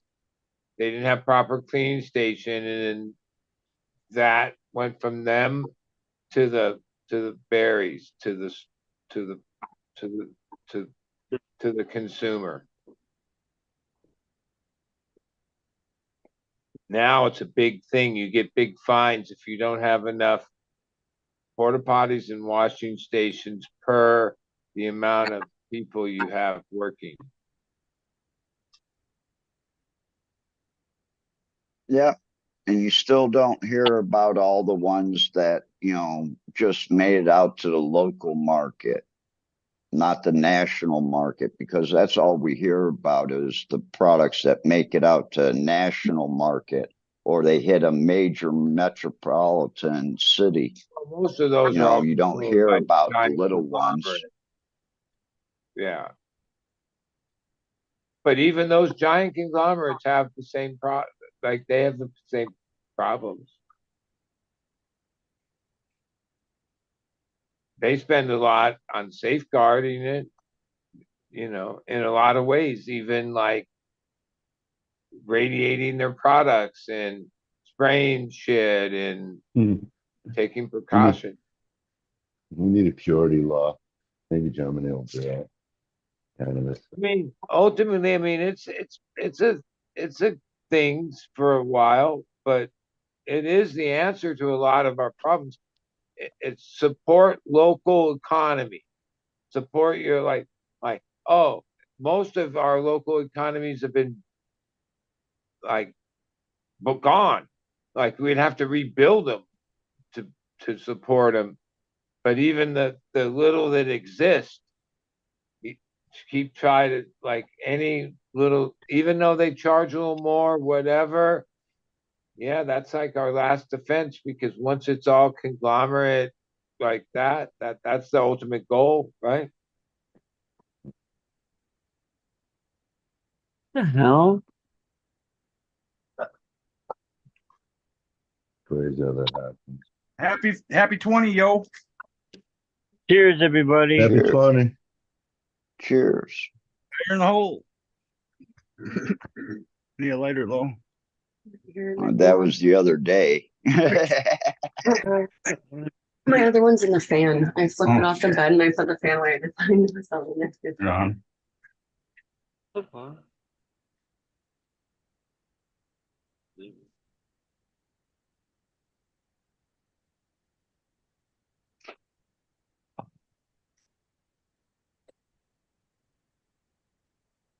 The palm's starting to fly in the air here. And once they control everything too, they just control the price. That's what I realized with this haircut. I was like, I couldn't believe what? And I was kind of like it's already $30 for a haircut. And I knew, this was like, I knew they were a chain. It was like Cost Cutter or one of these chains, and I had no. I was like, who owns this anyway? And I looked, wow, and I was like, they own all the other chains too. It's not even this competition. You think there's competition like one chain against the next? No. No. They're all owned by the same company. It's just false competition. I don't know how they get away with that. Well, because the biggest companies are getting away with it, and at smaller levels, it's what's anyone going to do? There's no resistance to it. No resistance. Yeah. No small time private haircutters anymore. Pretty much, I think there's a couple of mechanics that are still just small mechanics. Well, I do notice, one of the businesses that seem to stay steady, Eddie, as far as some of them are just the same shops, been in the same spot. There's more of them is mechanics, cars. Yeah, people need their cars fixed, and there's no shortage of that action. And no, when I went back to Cleveland, I went back to my mechanic who takes care of my cars and has taken care of my cars for 30, almost 30 years. And I need some work done. And he was like, I can't get you in. I don't have anybody to work. Yeah. So in Cleveland, they need mechanics for cars because no one in Cleveland wants to fucking work. Uh, Oh, the home builders, well, they're all the homes are built by big home builders, and it's like big, you know, just big contractor companies. I mean, I don't know. I'm not part of the workforce really or anything, but I think part of this, when you hear about like people don't want to work, and that's not just in Michigan or wherever. There's a It's now all over. Some of um, that, people don't want to work for a wage that isn't comparable Been on that. to survive, right? Like meaning that a lot of this is like it used to be that same job and that wage was enough that you could respectably. Oh, you weren't rich or anything, but at least you could pay your bills and get by. And Where eat. now, a lot of those stuff. And I think COVID. Someone outside the workforce myself, I never was programmed from the time I went out of high school to like 9 to 5 and go to work. But millions and millions of people, hundreds of millions of people in our country are like that to me. And then COVID, when you told them all to stay home for so many months, it was like for a lot of people, that was like the first time in their life. They got to take a break. They were like, "What? Yeah. I don't have to go to work. This feels I could just chill and not do anything." And then, oh, I get a little free money, and wait, it ain't that bad being dead ass. Life goes on one way or another. And then when things start picking back up, a lot of those people are like, "Yeah, fuck that. Yeah. I'm not gonna go work 8 fucking hours a day for fucking nothing. And just I'd over rather what. just stay at home." Yeah, right. still trying to get some people back. Wait, he was good. And some of that puts the wages up because, like in California, fast food people make 20 an hour now, and minimum wage is like 16.50, right? Not in Ohio. Right. Well, every state has their own economy, but all right. But that amount of money, the cost of living is so high here that wage doesn't make it. That's not like, oh, cool. The person makes 20 an hour. Cool. You should be able to afford an apartment, a car, basic expenses. No. That's where the problem lies, right? The fucking, I think no matter what the history books say about like why different times in civilization, major civilizations crumbled, I think if you really dug through all the bullshit, you'd find that any time the disparity between rich and poor got so big, that's when it happened. That's when it happened. That's when finally, like the regular people, the poor, whatever, finally say, "Yeah, fuck you. We don't care. We don't care how bad things get. We ain't going with this bullshit no more." Right? You guys, I'm going home. And even today, when we were talking earlier, I was talking about, oh, they just want to keep us divided. Because if like people forget about just American, the majority of people ever united. Could unite on one thing, it would be, yeah, fuck this bullshit with these super billionaire and the companies and like they're too big. Like we would revolt against that. We gotta take that power back. Yeah. We need rage. We need to rage against these motherfuckers. We're all fighting with each other over bullshit. That's what they want us to Rage do. against the machine. Yeah. They want us Business to as do. usual for them for year after year after year after year. And that's Keep them scared. Keep them afraid. Keep them. Yeah. Yeah. The fact that there's like a few thousand people, human beings that somehow have like multi-billions going on trillions, and the rest of his motherfuckers are scraping here at the bottom for every fucking penny. It's some bullshit. You know what I mean? And a lot of people are happy doing it. It's amazing, you know? And then when you see the exponential math of once there's a couple of those motherfuckers, then like it never ends. Like the exponential math is in their favor. It like over a period of time. There's no levels off. Like they got it rigged at a certain point. They can't lose. 51-49. Either side, they win. Pretty much most everything, every option we take, we lose. What you guys puffing for the 20? What are you puffing on, buddy? Cheetah piss. A joint I've been puffing on for the last couple of hours. It's almost gone. I'm puffing on some grape Fun Dip was the second blunt or second joint. That blunt was peanut butter breath by Secret Cheese from Fresh Coast. I got like a jar of Weaker rosin, like a whole ounce. That's really good. I forget what day. Maybe it was Wednesday. What's today? Saturday. I've been like smoking a lot of dabs, meaning like instead of smoking joints in the morning, I'm having dabs, and then more dabs and more dabs, and yeah, I'm getting super fucked up on the dabs. Where I realized, joints can't quite get that fucked up on a joint. I've got OG dry stuff. And even when I came here to work, I was like, yeah, I don't want to like pack my thing and bring all the stuff just to do a couple hits. It's not that serious. But good. I wish you guys could smell this. Oh my God. I want to eat it. Fun Dip? Is it the Fun Dip? Oh no, this hash is OG hash. It's Dog Walker SFE. All right.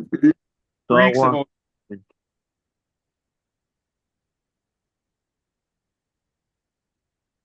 Oh wow.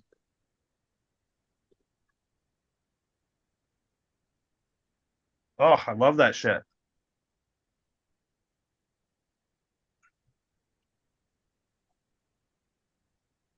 I like good weed, period. Agreed. But there's something about that OG smell sometimes. It's like it does something different to me. Yeah, it's the pot you like, and your body's telling you that. Oh, that's so what good. mine says. True. The nose says, "Hey, you want to smoke that?" Mm-hmm. Nose, don't you know? Don't you know? I don't know where the line gets drawn, but I just know this. Okay, so I was growing SFV, which stood for San Fernando Valley Kush. Valley. Yeah. No. Right? Like that's what it was called. And there was a lot of other plants, like even Blackwater. It was called Blackwater. Okay. Right. But then there was this era like in 2012, 13, 14. And this is also the same time that LA went through this thing where there were a lot of these OG smokers. OG was prevalent. Like that's a strain. It's like an earthy, gassy OG. Okay, that's OG. Funk. Like it's very distinctive what OG is a weed.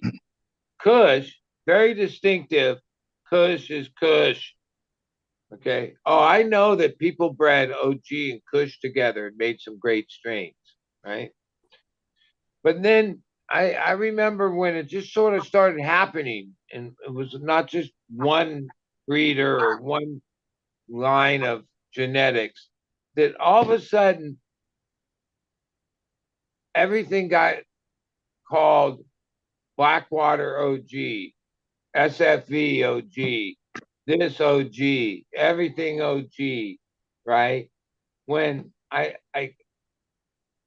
A lot of those don't have any OG in it. They just got the name put on it because it sounded A lot good. of, yeah.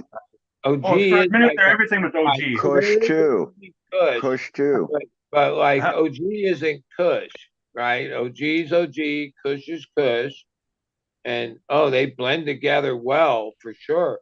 But sometimes I like when I hear like certain people's description of their history, yeah, It they don't don't match. always like differentiate that like it's like OG Kush. Well, yeah, but that came from OG and Kush. You know what I mean? Like that's not OG is its own thing. That's just Well, I don't. that's Maybe it. anyone. I could be It completely. happens a lot when people transfer clones and they don't write the full name down. I should show you guys. Well, and then a You lot want of to see things something just funny? got named like Larry OG. Some of those were in the OG lineage, right? They were derivatives out of the OG.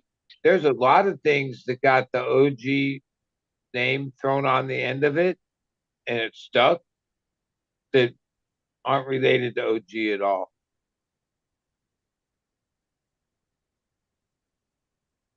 Some things. Now, it could be, OG in the sense that, it's OG, it's like old school, whatever, it's OG. But like, the strain, that's something else. Yeah. And see, I remember SFV is SFV. Now you're saying SFV Kush. Well, I didn't see Nobody calls Kush it come to SW. SFV until later I on, think if you until go like back to like Swerve's like 2011. early catalogs, I've never heard somebody say SFV Kush. I think if you look at Swerve's early Mendo catalogs, 420 has you'll see it. SFV Kush. an SFV OG Kush, I think even. Oh, I was gonna say that would make a little more sense.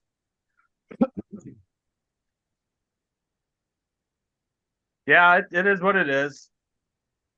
If you got a good one, Because you got a good one.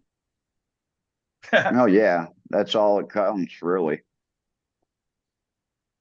All They're it out there now. counts is you They're like it. obtainable. It's not like you have to pay like fucking 40 grand and shit for it anymore or anything like that. Nope. Craziness.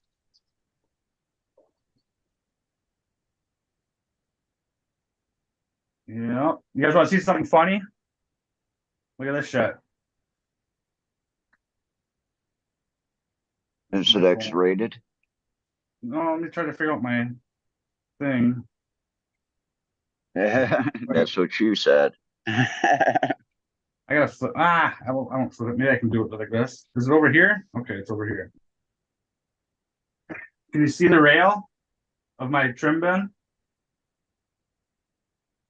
Different chunks of fucking of halves and trash and shit. Is that what you wipe your scissors on? I'll make little Get the balls and I hash stick off? them here and forget about them. I don't know if you can see them or not.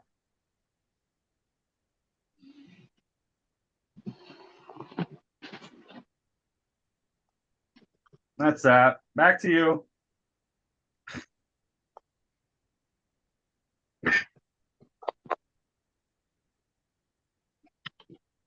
Well, I just looked at my other phone where I posted some of those seeds at. I've got like 58 fucking messages. I gotta fuck with some seeds.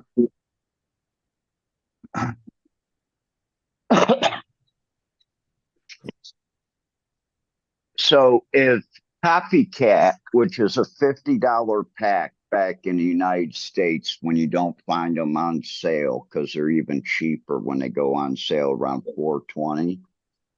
If they're 9,000 baht a pack, then what would Crickets and Cascadas packs go for here? And they're 125 when you buy them in the States. A little salty. Well, you gotta get a calculator and do some math. I don't fucking don't know. It's math. I know it's I fig- basic. We should all know that. That's high school math. but it's Well, like, it's a where do you hundred and get to whatever. the point More where than more you're than this guy charging here. too much? That's more than double. You're charging too much that you actually say that's too much. Well, I want to be able to give copycat people stuff, Come on. is it deals, have but to I be worth also want to, 50, or is it just a hype thing? Saying fly. What the fuck Like, is that? do people grow good weed out of copycat packs? I don't think so. I've heard, but I don't know. I don't. Who Well, knows? it's been around for a couple years. Like, Well, he- All he does is basically what White Label did He gets back the in the cut. 90s, So it's okay with and that, he makes F2s. but don't grow okay, it. dude, for $50, people must support him because he's still around. He gets Well, cuts. He does have connections in the game. I'm pretty sure of that because he seems to have He's all. been around for a while. Yeah, yeah. He's a forum dude or some Copycat's shit. been Right? around for a while. Didn't the original one die and this dude like took over the persona or some Took shit? over, yeah. Whatever. Can't knock a Yeah, hustle, well, I guess. These day and age, you gotta get it where you can get it. Like I don't know. Some people there's think a poorly. demographic for everybody. Like, there's a certain demographic that appeals to them. There's different Christians gave it. He has his demographic. Yeah, Mace, I'm one of he them. has his. He has his.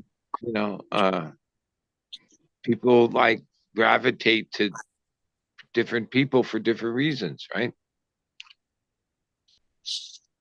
Or brands, like it's combination sometimes of the person and the brand, and sometimes it's the area, sometimes it's the genetics, sometimes it's the personality. I mean, all of it combined. The vibe. The vibe is the biggest thing. That's how I price stuff.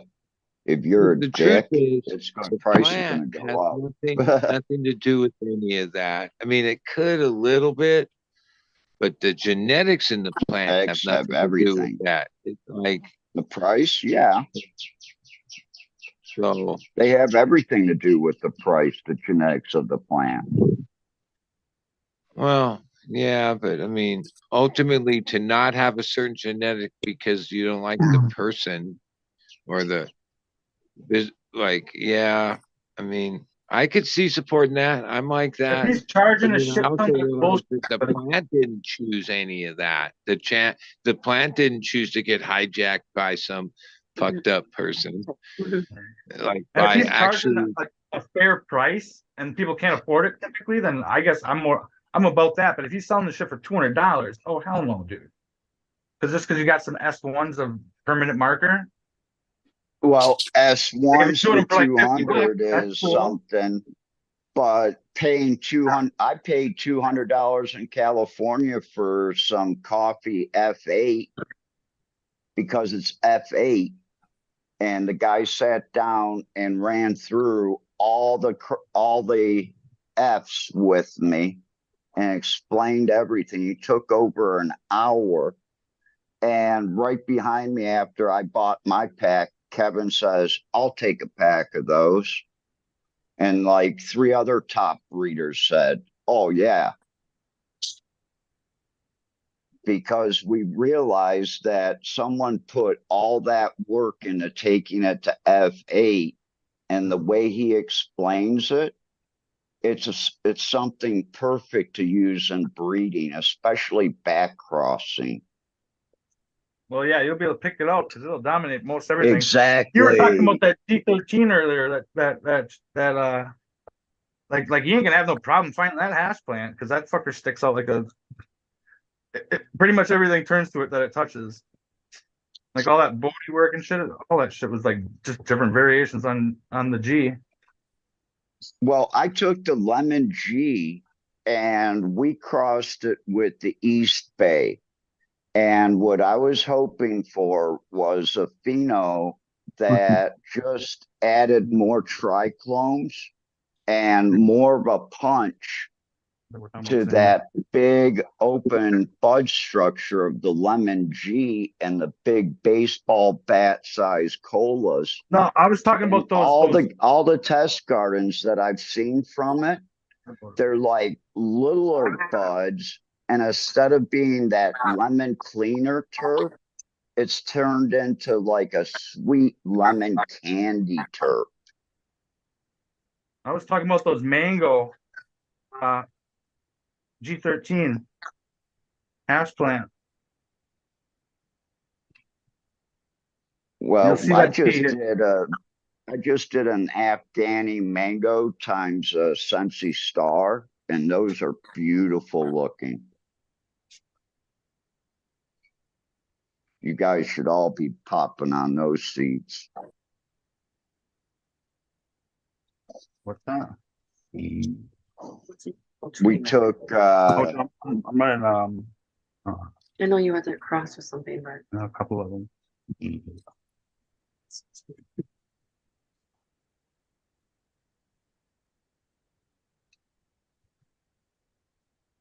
we took an Afghani mango, which is from Ohio, and we crossed it with Sensi Star.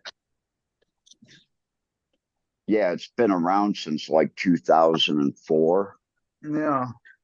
I can't think what I was gonna say. That and Lemon G were getting its own room because they're our biggest sellers. But we had to kill that plant in southern Ohio. Something happened to it. And the weed just got really weak. The guy never took it out into the sun for the past 20 years. It could have hemp blade virus in it, yeah. The HIV of plants. It's not in the lemon G because we've already had that tested.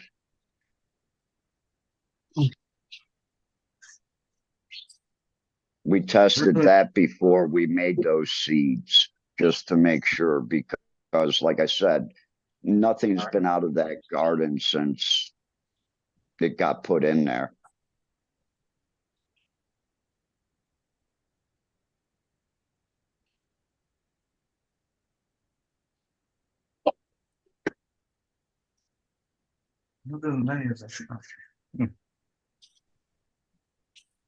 It's getting hot out here.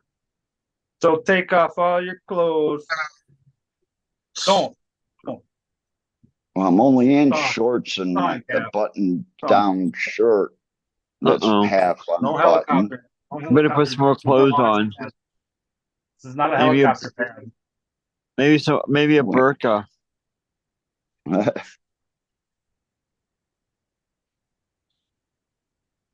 don't know. I hear the air conditioning calling us here soon.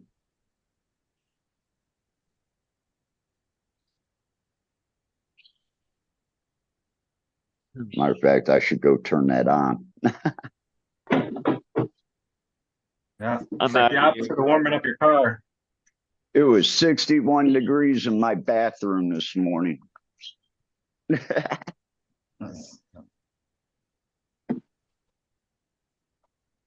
So yeah, I may have a beautiful weather, but man, there's no heat in my bathroom. And that sucks. Yeah. I'm out of here, guys. You guys have a great rest of the week. We'll see you Tuesday, 10 o'clock Eastern Standard Time, 7 o'clock Pacific. Keep on rocking in the semi-free world, D. Yeah, and 9 a.m. Thailand time. 9 a.m.